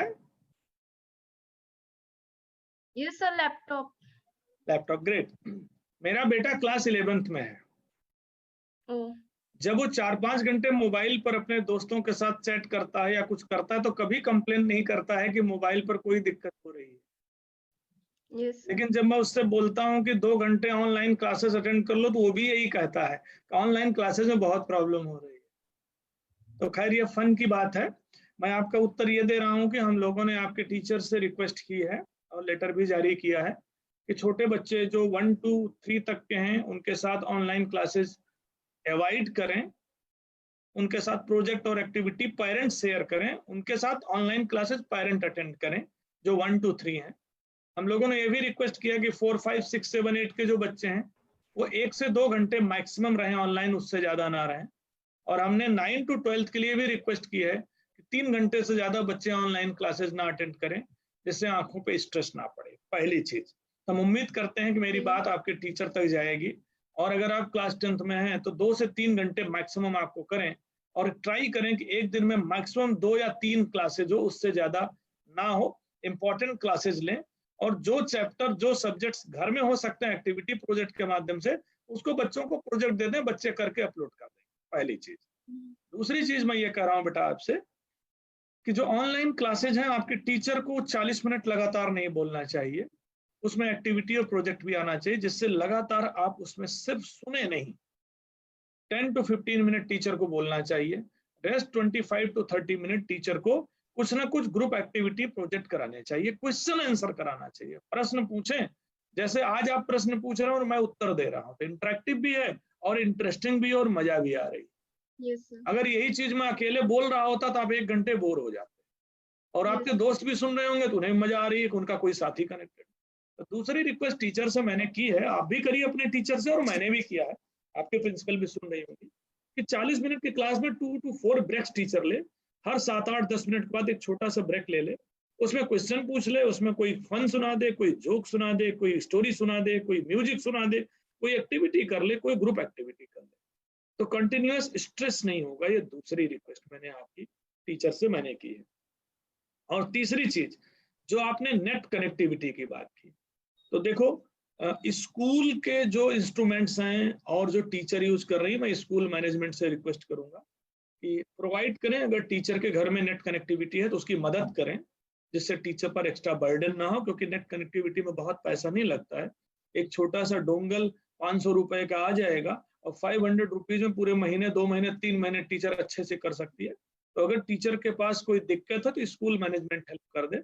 टीचर से भी रिक्वेस्ट करूंगा कि कनेक्टिविटी के लिए इशू ना आए उनके पास, जो वो इंस्ट्रूमेंट यूज कर रहे हैं। आप जो कनेक्ट किए हैं उसमें आपकी पेरेंट्स मदद करें कि आपके घर में प्रॉपर कनेक्शन हो। ऐसा नहीं कि कनेक्शन नहीं होता, कनेक्शन अच्छे भी होते हैं। तो आपके घर में प्रॉपर कनेक्शन हो, इसके लिए अपने मम्मी पापा से रिक्वेस्ट करिए, जिससे आपको ये प्रॉब्लम नहीं होने पाए। अगर कोई दिक्कत हो तो टेक्निकल सपोर्ट ले लीजिए। नेट कनेक्टिविटी, मेरे हिसाब से आप शहर में रहती हो बेटा, आप शहर में रहती हो? Are you there? I think she has lost her connectivity, sir. No issue, no issue. आप लोग थोड़ी हेल्प कर दीजिएगा। आपकी प्रिंसिपल टीचर से रिक्वेस्ट है कि अगर उस बच्ची की ये इशू है तो एक बार बात करके मदद कर दीजिए, जैसे जेन्युइन प्रॉब्लम उसको अच्छा लगेगा, स्कूल हेल्प करते हैं। Thank you. So my question to you is that if remote learning continues to be an important element of public education next year too, sir, then what can schools and districts be doing to ensure its success next year and in coming years, sir? Very nice, great. मेरा ये मानना है कि Covid ने एक opportunity दी है और उसे गोल्डन अपॉर्चुनिटी के रूप में लेना चाहिए। डिजिटल लर्निंग आपके लिए बहुत अच्छी और बहुत बेनिफिशियल है। मैंने पहले कहा कि आज अगर मैं बोल रहा हूं तो इसके रिकॉर्डिंग आप कई साल तक सुन सकते हैं, क्योंकि ऑलरेडी रिकॉर्ड हो रहा है। आपके टीचर की रिकॉर्डिंग, आपकी रिकॉर्डिंग, आप अपने टीचर से जो क्वेश्चन कर रहे हैं, इवन आज अगर आप मुझसे कोई क्वेश्चन कर रहे हैं, आप इसको पीछे जाके देख सकते हैं कि आपकी बातचीत का अंदाज कैसा था, आपके फेशियल एक्सप्रेशन कैसा था, वेदर आपने हमसे ठीक से कम्युनिकेट किया कि नहीं, आप क्वेश्चन पूछ पाए कि नहीं, आपका कॉन्फिडेंस कैसा था। तो ये एक बेनिफिट है डिजिटल क्लासरूम का, जिसको डिस्टेंट लर्निंग कह सकते हैं, ई लर्निंग कह सकते हैं। तो ये हमेशा यूज किया जाएगा, ये मैं आपको बता रहा हूँ। कोविड प्रॉब्लम समझ जाएगी तब भी आपके टीचरों से रिक्वेस्ट करूंगा कि इसका उपयोग करें, क्योंकि 24 आवर आप कनेक्टेड हैं। आज आपसे मैं बोल रहा हूँ युवराज,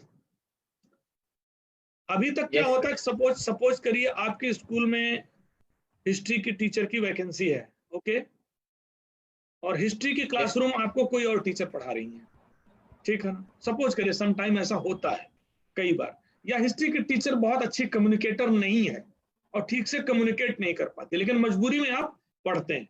ऐसा होता है कि कुछ टीचर की communication level, teaching learning process, पढ़ाने का तरीका, पेडागोजी बहुत बढ़िया नहीं होती, लेकिन हम बरसों बरस सीखते हैं क्योंकि मजबूर रहते हैं। डिजिटल क्लासरूम के रूप में एक टीचर 1000 बच्चों को एक साथ पढ़ा सकती है। अभी तक कितना पढ़ाती थी? 40 बच्चों को। आपके स्कूल में अगर एक मैथ टीचर अच्छी होगी, आपके पूरे स्कूल में, इवन सनबीम के अगर 10 स्कूल होंगे और एक मैथ टीचर किसी स्कूल का बेस्ट होगा, तो अब आपके डायरेक्टर क्या करेंगे? उस एक टीचर की क्लास ऑल 1000 बच्चों को सुनाएंगी। एक अच्छी टीचर 40 बच्चों की जगह 1000 बच्चों तक जा सकती है। ये बेनिफिट है डिस्टेंट लर्निंग का। रिकॉर्ड हो करके दोबारा सुन सकते हैं, ये बेनिफिट है डिस्टेंट लर्निंग का। और प्रोजेक्ट और एक्टिविटीज सिमुलेशन के थ्रू आप इस पे कर सकते हैं, ये इसका बेनिफिट है। रिकॉर्ड कर सकते हैं, इसमें आप यूज कर सकते हैं। तो मेरा ये मानना है आने वाले समय में इसको स्कूल एजुकेशन डिपार्टमेंट जो है मोटिवेट करेगा, इनकरेज करेगा, आपका स्कूल भी इस काम को करेगा। अब आइए दूसरी चीज पर, आपने बोला इसको बेटर कैसे किया जाए, हम इसको कैसे सिस्टम में लेकर के आए। तो पहली रिक्वेस्ट ये है, अब आपको मैं एक चीज बताना चाहूंगा, अगर मेरा तो ये मानना है कि आपको जो फिजिकल बुक्स मिलती हैं, मैं रिक्वेस्ट करूंगा, देखिए आप जब नए वर्ष में किताब और कॉपी खरीदने जाते हैं तो मोर देन 5000 रुपीज का एक्सपेंडिचर होता है। मैं अपने बच्चे का परचेज करता हूं, इसलिए मुझे मालूम है कि 5000 के बुक्स और बाकी चीजें आप परचेज करते हैं। अगर आपको स्कूल उसी 5000 रुपीज में एक टैब दे दे, अच्छी कंपनी का टैब दे दे, और उस टैब में आपकी सारी बुक्स अपलोडेड हो, एनसीईआरटी की बेटा सारी books free of cost available हैं। जिन बुक्स के लिए 5000 खर्च कर रहे हो वो फ्री ऑफ कॉस्ट नेट पर अवेलेबल है। तो 5000 रुपए में एक सुंदर सा टैब, जिसमें आपकी क्लासरूम नहीं, आपके छोटे भाई बहन से लेकर के 12वीं तक की सारी बुक्स अवेलेबल हो। दूसरा, टैब आपकी कॉपी का भी काम करेगा।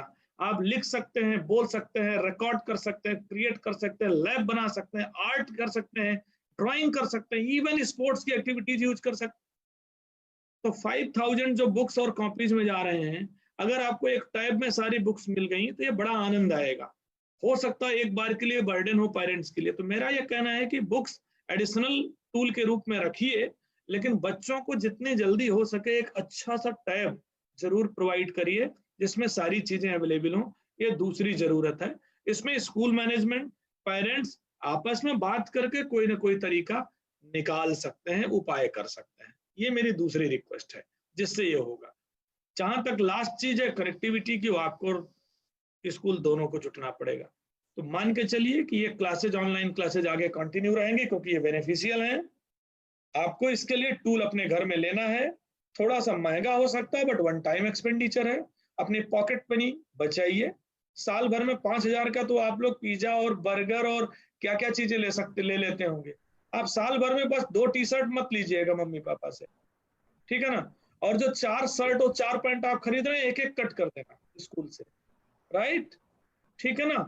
और बहुत सारे अपने खर्चे आप कंट्रोल कर सकते हैं।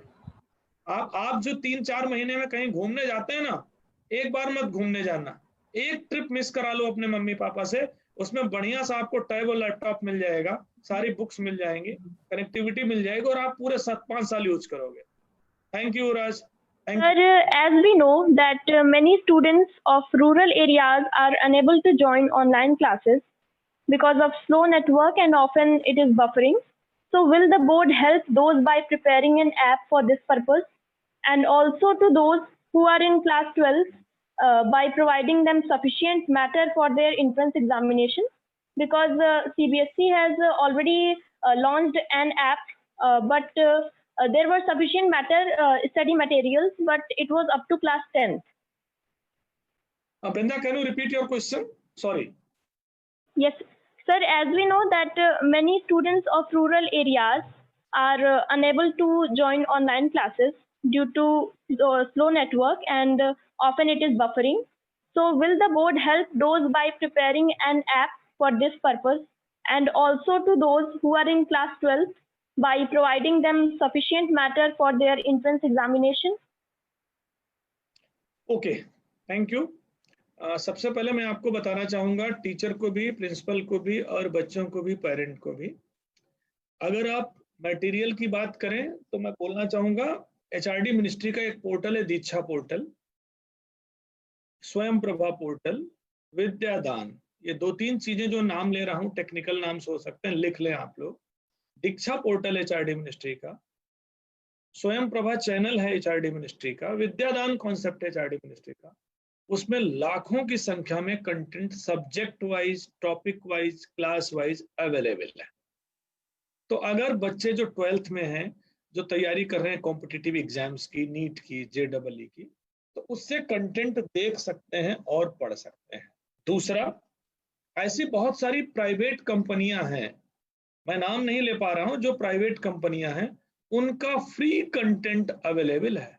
तो मैं अगेन रिक्वेस्ट कर रहा हूं 10th 12th के बच्चों से कि ऐसे फ्री कंटेंट जो कंपटीशन रिलेटेड है, फ्री ऑफ कॉस्ट हैं, उनको डाउनलोड करें और उनको पढ़ सकते हैं। तो मेरा यह कहना है कि मटेरियल ऑलरेडी अवेलेबल है, उसकी दिक्कत नहीं है। आपको सेलेक्ट करना है अपने टीचर की मदद से कि कौन सा मटेरियल अच्छी क्वालिटी का है, जिससे आप अननेसेसरी की चीजें ना पढ़ें। तो चीजें ऑलरेडी अवेलेबल हैं। तीसरी चीज हम आपको बता दें कि CBSE ने एक विद्यादान करके अभी प्रोजेक्ट लॉन्च किया है, प्राइम मिनिस्टर ने लॉन्च किया विद्यादान।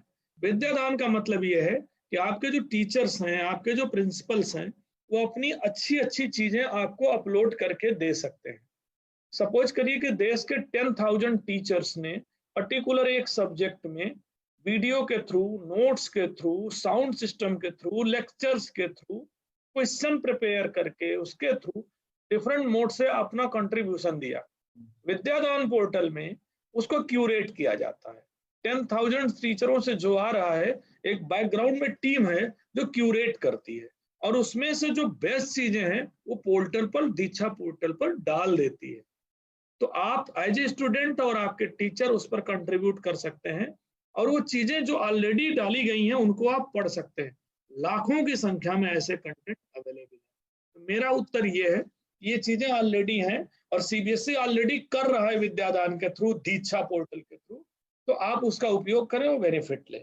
दूसरा जो आपने पहले प्रश्न किया था गाँव के लिए, कि गाँव के लिए ऐप जो डेवलप हुआ है, मैं बताना चाहूंगा कि जो बच्चे गांव में रह रहे हैं थोड़ा सा मुश्किल है, क्योंकि वहां नेट नहीं है, डिजिटल टेक्नोलॉजी नहीं है।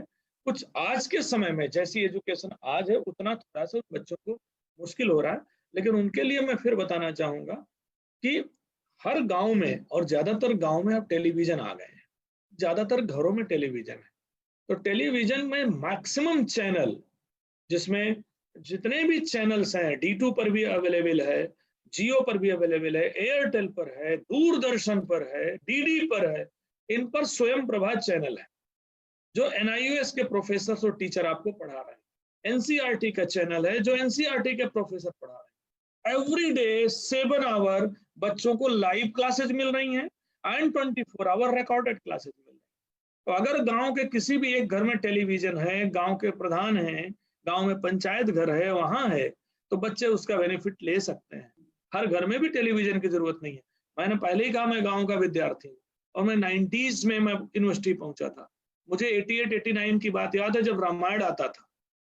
जब रामायण आता था हमारे घर में टेलीविजन नहीं होता था, गांव में किसी एक घर में होता था। हम सारे बच्चे जाते थे, 1 घंटे टेलीविजन देखते थे, सारी चीजें सीखते थे। चित्रहार सैटरडे को आता था, हम लोग सैटरडे को जाके म्यूजिक चित्रहार सुनते थे। मूवी संडे को एक आती थी, वो भी ब्लैक एंड व्हाइट टेलीविजन होता था। हम लोग संडे को जाके उस घर में जमीन पर बैठ, एक नहीं पूरे गांव के 50 बच्चे बैठते थे, और जिसके घर में टेलीविजन था बड़ी आदर के साथ, विनम्रता के साथ अपने घर के दरवाजे खोल देते थे। तो लर्निंग का कोई अंत नहीं है। गांव में जिसके घर में टेलीविजन है, स्वयं प्रभा चैनल पर बच्चे लाइव क्लासेज अटेंड करें, प्राप्त करें। रेडियो फ्रीक्वेंसी पर लगातार क्लासेज चल रहे हैं, उसको बच्चे अटेंड करें। अगर मोबाइल है तो उसमें कुछ देर के लिए 1 सेकंड के लिए कनेक्टिविटी आएगी, तो NCERT के सारी चीजें, लेक्चर, सब कुछ PDF में अवेलेबल है, बच्चे उसका उपयोग करें। CBSE ऑलरेडी हमने बताया विद्यादान, दीक्षा पोर्टल, इनके माध्यम से काम कर रहे हैं। लेकिन एक अंतिम सलाह, आपने बहुत बढ़िया क्वेश्चन किया है, मैं एक अंतिम सलाह ये दूंगा कि जो स्कूल गांव में है उसके प्रिंसिपल लीड लें। जो स्कूल गांव में है उसके प्रिंसिपल लीड लें और अपने पॉलिटिकल सिस्टम से, सांसद से, विधायक निधि से प्रयास करें, उनसे रिक्वेस्ट करके कि उस गांव में एटलीस्ट पंचायत घर में एक टेलीविजन लग जाए और नेट कनेक्टिविटी आ जाए, डिश चैनल वहां आ जाए। आजकल ऐसी चीजें जो हर पंचायत में लेंगे।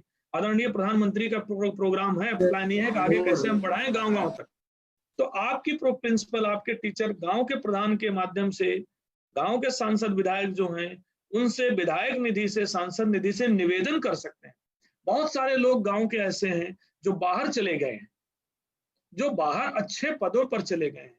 उस प्रिंसिपल अपने पुराने बच्चों को जोड़ सकती है, जिस स्कूल का है, पुराने बच्चों को, एलुमनाई को जोड़े जो निकल गए हैं, जिनके पास थोड़ा पैसा आ गया है, और उनसे रिक्वेस्ट करेगी पुराने बच्चे अपने स्कूल में डोनेट कर देंगे। मैं फैजाबाद में, फैजाबाद आपके बनारस शहर के बगल का डिस्ट्रिक्ट है, अयोध्या हो गया है, उसको पहले फैजाबाद कहते थे। मैं फैजाबाद जिले का रहने वाला हूँ और गवर्नमेंट इंटर कॉलेज से मैंने क्लास 12th किया। मैंने बताया मैं 7 तक गांव में था और 8 to 12 में शहर आ गया, तो मैंने class 12th government inter college Faizabad से किया। मैंने अपने उस स्कूल में डिजिटल बोर्ड डोनेट किया है। मैंने अपनी पॉकेट से, अपनी सेविंग से, अपने स्कूल के बच्चों के लिए, मैं वहां से 91 में निकल गया था, लेकिन आज अपने उस स्कूल में मैंने डिजिटल बोर्ड अपने पैसे से डोनेट किया है, मेरी पॉकेट से, और हजारों बच्चे उसका बेनिफिट ले रहे हैं। आप इमेजिन नहीं कर सकते, मुझे मजा आती जा करके। मैं जब भी फैजाबाद जाता हूँ स्कूल चला जाता हूँ, उसके प्रिंसिपल से कनेक्टेड है। हमने एक एलुमनाई बनाई है, हमारी एलुमनाई के 50 मेंबर हैं, सब डोनेट करते हैं। हमने उस स्कूल की सारी लैब्स में हमने पेंटिंग्स लगाई, चार्ट पेपर्स लगाए, प्रोजेक्ट्स लगाए, उसके लैब्स को हम लोग इम्प्रूव कर रहे हैं। तो मेरा यह कहना है कि प्रिंसिपल और टीचर अगर लीड लेंगे तो ये समस्या खत्म हो जाएगी, लेकिन जब तक नहीं होता तब तक आप गवर्नमेंट के इस चैनल का उपयोग करें। थैंक यू बेटा।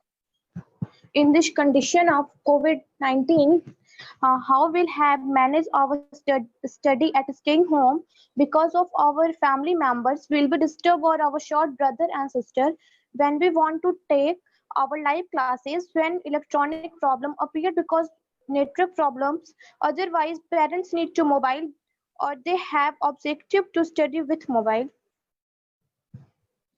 Okay, thank you Ansita.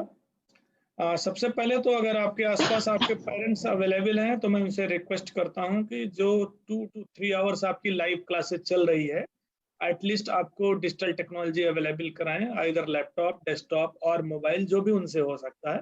मैं रिक्वेस्ट करूंगा कि आपको अवेलेबल कराएं।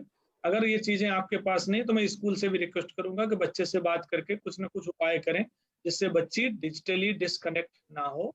तो ये प्रॉब्लम आपके घर पे सॉल्व हो सकती है। कनेक्टिविटी शहरों में ज्यादा बड़ा इशू नहीं है, बहुत कम पैसे में आप ले सकते हैं कनेक्ट करने के लिए तमाम सारी चीजें। तो आपके पेरेंट्स से मैं रिक्वेस्ट करूंगा कि आपको वो चीज भी अवेलेबल कराएं जिससे मिस ना हो। तीसरी चीज जो आपने बोला है, ये ऑनलाइन क्लासेज जो ये सब चीजें जो चल रही हैं और कैसे इस कोविड के समय में हम कैसे इसको कोप अप करेंगे, तो ये एक चैलेंज है, ये एक चैलेंज है। अगर मैं आपसे यही प्रश्न करूं तो आप बहुत अच्छा उत्तर देंगी। अगर यही प्रश्न बेटा आपसे बोलूं कि स्कूल बंद है और आप घर में हैं और आप बाहर निकल नहीं सकती हैं, कैसे पढ़ाई करोगी? अगर मैं आपसे प्रश्न करूं कि स्कूल बंद है, यस सर, ना कि मैं मन से पढ़ूंगी, तो थोड़ा सा मम्मी पापा की बात मानो, थोड़ा सा सेल्फ मोटिवेटेड हो, थोड़ा सा टीचर से गाइडेंस लो और 2 to 4 आवर अपने घर में स्टडी कर लो। बाकी 24 घंटे भाइयों बहनों के साथ खेल लो, मम्मी पापा के साथ घूम लो, घर में खाना बना लो, अच्छे से सारी चीजें कर लो। बट 2 to 4 आवर मेहनत करके अपने कमरे में स्टडी कर लो। और ध्यान रखना, आज के बाद आप ऐसी पढ़ाई मत करना जो आपकी जिंदगी के काम नहीं आए, ये ध्यान रखना। मैं बहुत गंभीर बात कर रहा हूँ। ऐसा फिजिक्स, केमिस्ट्री, मैथ, बायो बिल्कुल इस तरीके से मत पढ़ना जो जिंदगी के काम नहीं आए। आप जो कुछ पढ़ रही हो उसके नोट्स बनाओ, जो कुछ पढ़ रही हो उसकी वीडियोज बनाओ, जो कुछ पढ़ रही हो उसको जीवन में उपयोग करो।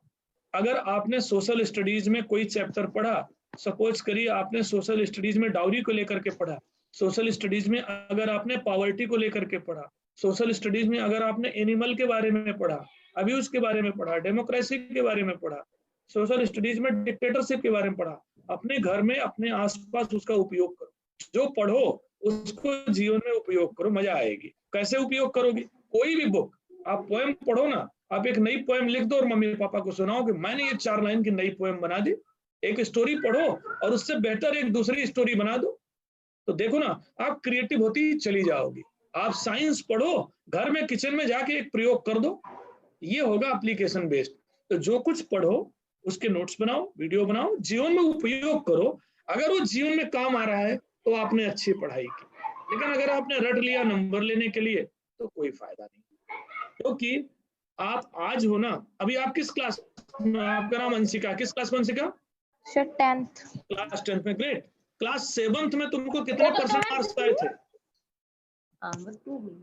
क्लास 7th में, क्लास 7th में कितने परसेंट मार्क्स आए थे, याद है? यस सर 75, याद है सर 75%। अच्छा ठीक है। उस एसएसटी में कितना आया था? सोशल स्टडीज में कितने परसेंट आए थे? सर ये तो नहीं याद है।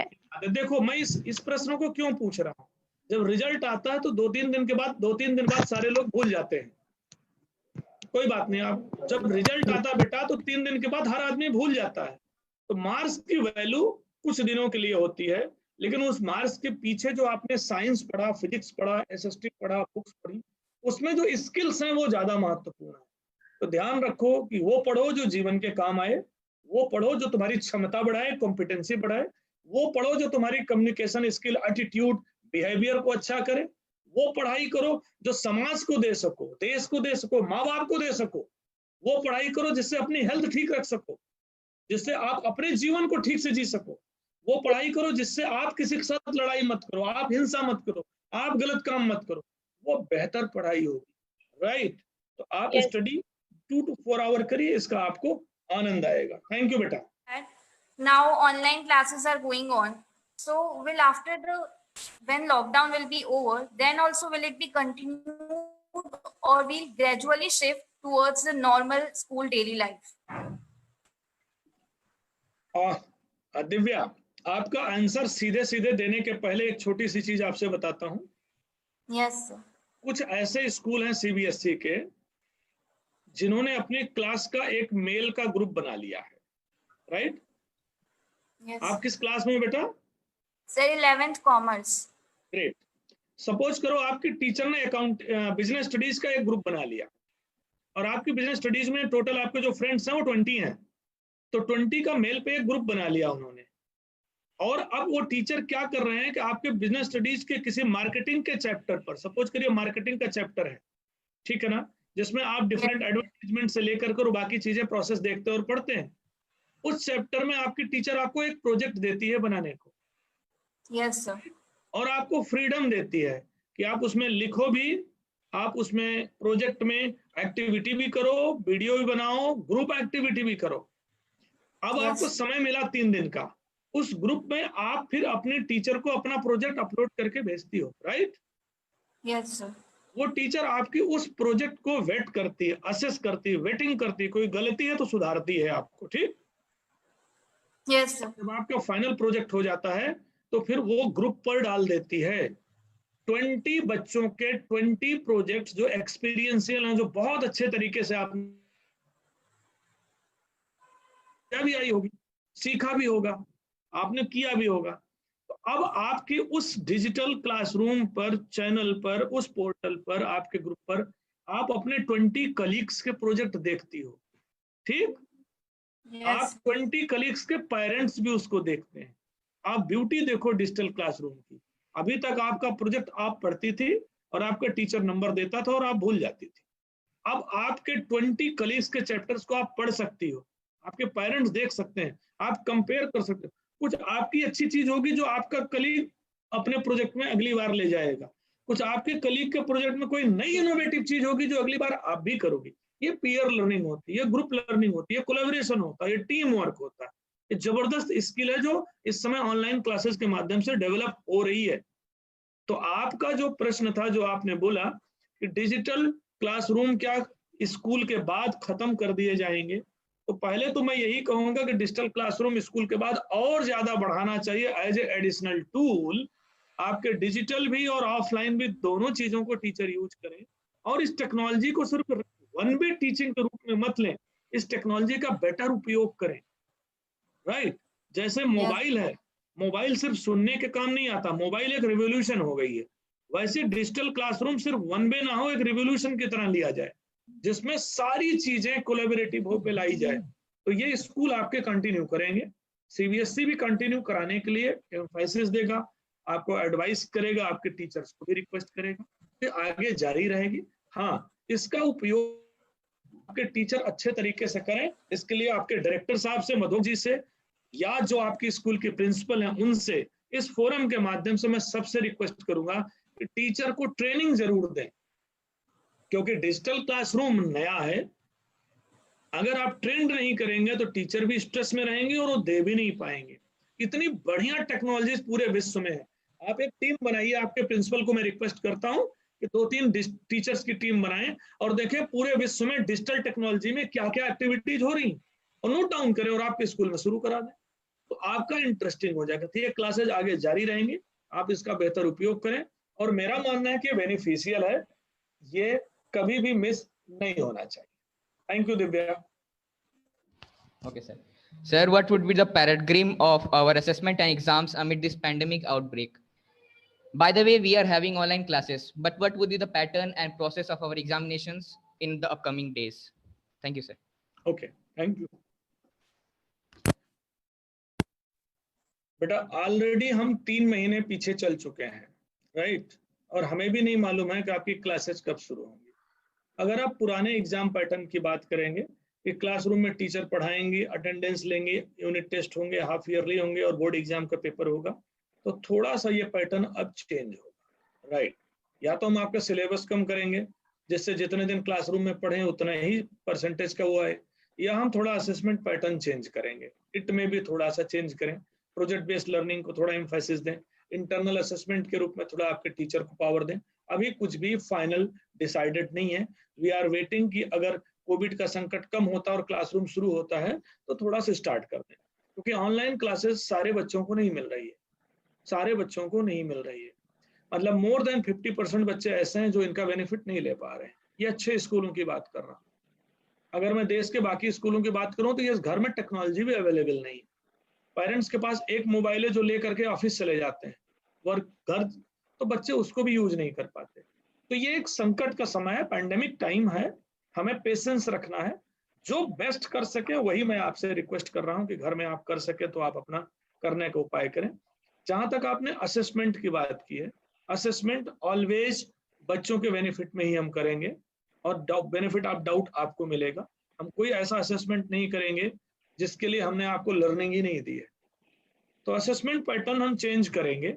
अगर आपका 70% सिलेबस होगा तो हम 70% पर आपसे बात करेंगे, 60% होगा तो 60 पर बात करेंगे, प्रोजेक्ट बेस्ड होगा तो आपके टीचर के इंटरनल असेसमेंट की हम बात करेंगे। तो असेसमेंट का एक अभी प्रेजेंट जो आप किस क्लास में हो Manika? Sir I am in 12th humanities. 12th humanities, great. आपके पास ऑल 5 सब्जेक्ट में से कोई ऐसा जिसमें प्रैक्टिकल है 30% का? Yes sir, we have geography. कितने मार्क्स का प्रैक्टिकल है? 30 मार्क्स सर। ग्रेट। बाकी 4 सब्जेक्ट्स में आपका इंटरनल असेसमेंट है 20? Yes sir. ग्रेट। वो हम लोगों ने लास्ट ईयर चेंज किया था, राइट? Yes sir. और चेंज करने का ऑब्जेक्ट सिर्फ यही था कि रोट लर्निंग जो हम 3 घंटे में चेक करते हैं बोर्ड एग्जाम में, वो अच्छी चीज नहीं है। आप 1 साल मेहनत करते हो, नई नई चीजें सीखते हो, 3 घंटे के पेपर में बोर्ड एग्जाम में आप उसको ओमिट नहीं कर सकते हो पूरा। और अगर उसी बेस पे हम असेसमेंट कर देंगे तो अच्छा नहीं होगा। आप बहुत सारी चीजें आप करते हो जो टीचर असेस करे, तो 20% 30% वो टीचर के हाथ में हमने दे दिया है। टीचर अच्छे तरीके से आपको activity, practical, projects, services, visits, तमाम सारी चीजों में इन्वॉल्व करें, जिसमें आपकी सारी स्किल्स डेवलपमेंट देखे, आपकी टीम वर्क देखे, आपकी एटीट्यूड बिहेवियर देखे, आपका कम्युनिकेशन लेवल देखे, आपका प्रोजेक्ट एक्टिविटीज देखे, आपकी स्पोर्ट में पार्टिसिपेशन देखे, स्कूल के जो मेजर एक्टिविटीज होती हैं, कल्चरल फंक्शन होते हैं, उसमें आपका पार्टिसिपेशन देखे, आप अपने दोस्तों के साथ कैसे रह रहे हैं उसको चेक करें। मेनी थिंग्स जो आपके जीवन के काम आएंगे, राइट? आपके नंबर आपके जीवन में बहुत ज्यादा काम नहीं आएंगे। आप टॉप करके IIT निकाल के इंजीनियर बन जाएंगे, उसके बाद क्या? अल्टीमेटली इंजीनियर क्यों बनना चाहते हैं? अच्छा जीवन जीने के लिए, यही ना? अल्टीमेटली जीवन का एम क्या होता है? एक अच्छी life, happiness, meaningful life sir. Right. तो जब आप डॉक्टर और इंजीनियर बन जाओगे और मीनिंगफुल लाइफ नहीं जियोगे तो कोई फायदा नहीं मार्क्स का। तो ध्यान रखना कि डॉक्टर और इंजीनियर पहली श्रेणी है, मीनिंगफुल लाइफ उससे नहीं आएगी, उससे सिर्फ मनी आएगी। और ऐसे लाखों लोग हैं जो मनी होने के बावजूद परेशान हैं, बीमार हैं, डिप्रेशन में हैं। तो मीनिंगफुल लाइफ आपको मिलेगी किस चीज से? जो बाकी डेवलपमेंट की मैं बात कर रहा हूँ। तो वो 20% असेसमेंट आपके टीचर को मिला है कि मीनिंगफुल लाइफ की स्किल्स आप सीख रहे हैं कि नहीं, कॉम्पिटेंसी सीख रहे हैं कि नहीं, 21st सेंचुरी स्किल आपके अंदर आ रही कि नहीं, आउटकम निकल रहा है कि नहीं आपके सीखने, राइट? तो ये चीजें धीरे धीरे हम बढ़ाएंगे और हम ट्राई करेंगे कि स्कूलों की अथॉरिटी बढ़े, और हम उम्मीद करेंगे कि स्कूल ईमानदारी के साथ आपको असेस करेंगे। उसका तरीका हो सकता है हम चेंज करें। अब आपने प्रश्न किया तो मैं आपको हिंट कर सकता हूं कि अभी आपके स्कूल को हमने मार्क्स दिया है, स्कूल आपसे कनेक्ट रहते हैं, और अगर सकते हैं तो भी 20 में तो बच्चा है, बोर्ड एग्जाम का रिजल्ट अच्छा हो जाएगा। तो हम इसको अगर क्रॉस कर दें कि आपने जो प्रोजेक्ट बनाया, एक्टिविटी बनाई, उसको आपसे हम बोले अपलोड करो, एक फॉर्मेट दे दें और आपसे बोले बेटा अपलोड कर दो, आपकी टीचर भी असेस करके ग्रेड देगी, और कंट्री के किसी भी 2 टीचरों का आपका प्रोजेक्ट हम भेज दें और वो टीचर भी आपके उस प्रोजेक्ट को असेस करें। उन टीचरों का असेसमेंट न्यूट्रल होगा क्योंकि आपको नहीं जानते, राइट? और फिर तीनों के असेसमेंट को मर्ज करके एक आउटपुट पर हम आए, एक निष्कर्ष निकालें, that will be real assessment. तो ये सब चीजें हम लोग लगातार सोच रहे हैं कि कैसे इस समय नई नई चीजें लाएं जिससे अल्टीमेटली आपकी लर्निंग बढ़े और आपकी लाइफ मीनिंगफुल हो। तो वी आर ट्राइंग। मैं यही कर रहा हूँ कि असेसमेंट का तरीका बदलेंगे, लेकिन अभी आप चिंता मत करिए, एग्जाम्स में वही आएगा जो हम आपको रियल क्लासरूम में पढ़ाएंगे, थोड़ा सा कम करेंगे, लेकिन समय का उपयोग करें, ये समय व्यर्थ नहीं जाने दें। Thank you. So my question is, due to this COVID times, we have entered into a totally different mindset. My question to you is, how can we redevelop our mindset post this pandemic when the school reopens?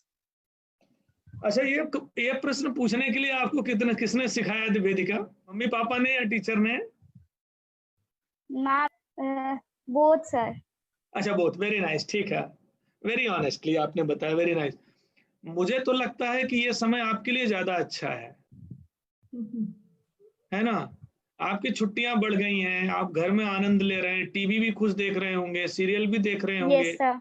आप लंबी deep sleep ले रही होंगी, अभी रात के 11-12 बजे सो करके सवेरे 6 बजे उठना पड़ता था, अब तो बच्चे 11 बजे 12 बजे भी सो के उठ रहे होंगे, राइट? घर में सारी मनपसंद चीजें बन रही होंगी खाने को।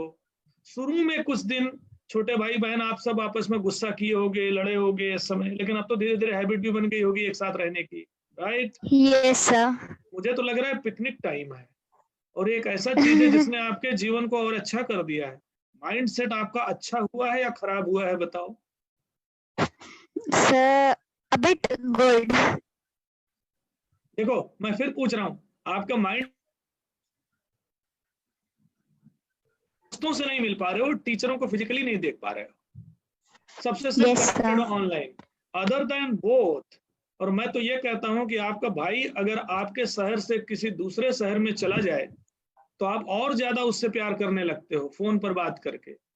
जब घर में रहता तो लड़ाई होती है, जब आपसे दूर चला जाता तो आप उसको याद करके और प्यार करते हो।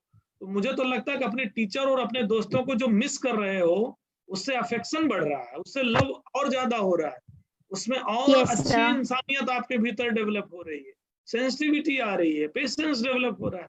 तो ये माइंड सेट तो मुझे लगता है खराब नहीं हुआ है और अच्छा हो गया। अब मैं आपके सीधे उस प्रश्न पर आता हूं जो आपने पूछा है, हम इससे कोप अप कैसे करेंगे। देखो बेटा, घर और स्कूल दोनों पिछले और अगले कदम के रूप में होते हैं, ठीक है ना? पहला कदम घर में होता है, दूसरा कदम स्कूल में होता है। दोनों डिस्कनेक्टेड नहीं है, दोनों एक ही सिक्के के दो पहलू हैं, राइट? आपके माँ बाप की ड्यूटी आपको घर में अच्छा एटमॉस्फेयर दें जिससे आप फ्री माइंड से सोच समझ करके अपनी लर्निंग कर सकें एक अच्छा, और आपके टीचर की ड्यूटी है कि आपको एक अच्छा एटमॉस्फेयर दें, एक ऐसा क्लासरूम दें जो आपके भीतर इनबिल्ट है, क्रिएटिव तरीके से आप उसको एक्सप्लोर कर सकें, खोज कर सकें। टीचर की ड्यूटी ये नहीं है कि क्लासरूम में 40 मिनट पढ़ाए, टीचर की ड्यूटी है कि आपके अंदर ऑलरेडी जो इनबिल्ट है उसको इग्नाइट करे। हर चीज आपके अंदर है, आपके अंदर डॉक्टर हो या इंजीनियर हो, इंसान हो, कुछ भी, सब आपके अंदर है, सीड्स के रूप में, बीज के रूप में। टीचर की ड्यूटी उसको स्पार्क देना, उसको इग्नाइट करना, आपको इंस्पायर करना, आपको मोटिवेट करना। जब आप कमजोर पड़ रहे हो तो आपके कंधे पर हाथ रखना, ये टीचर का काम है, राइट? तो मेरा ये मानना है तो घर और स्कूल हैं, दोनों कनेक्टेड हैं। घर में टीचर माँ बाप हैं, स्कूल में टीचर थोड़े डिफरेंट हैं, दोनों में कोई डिस्टिंक्शन, बहुत अंतर नहीं है। अगर माँ बाप इस चीज को समझते हैं तो बच्चे बेहतर तरीके से सीखते हैं।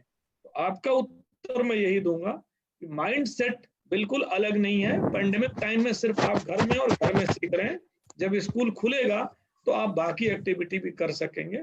इसलिए इसको ये बिल्कुल मत लीजिए कि कहीं कोई डिस्टरबेंस है, लाइफ चल रही है, उसको एक फ्रीक्वेंसी के रूप में लीजिए कि धीरे धीरे धीरे धीरे ये चीजें ठीक होंगी और अपने आप नई चीज आ जाएगी। Do not think negative. Thank you बेटा।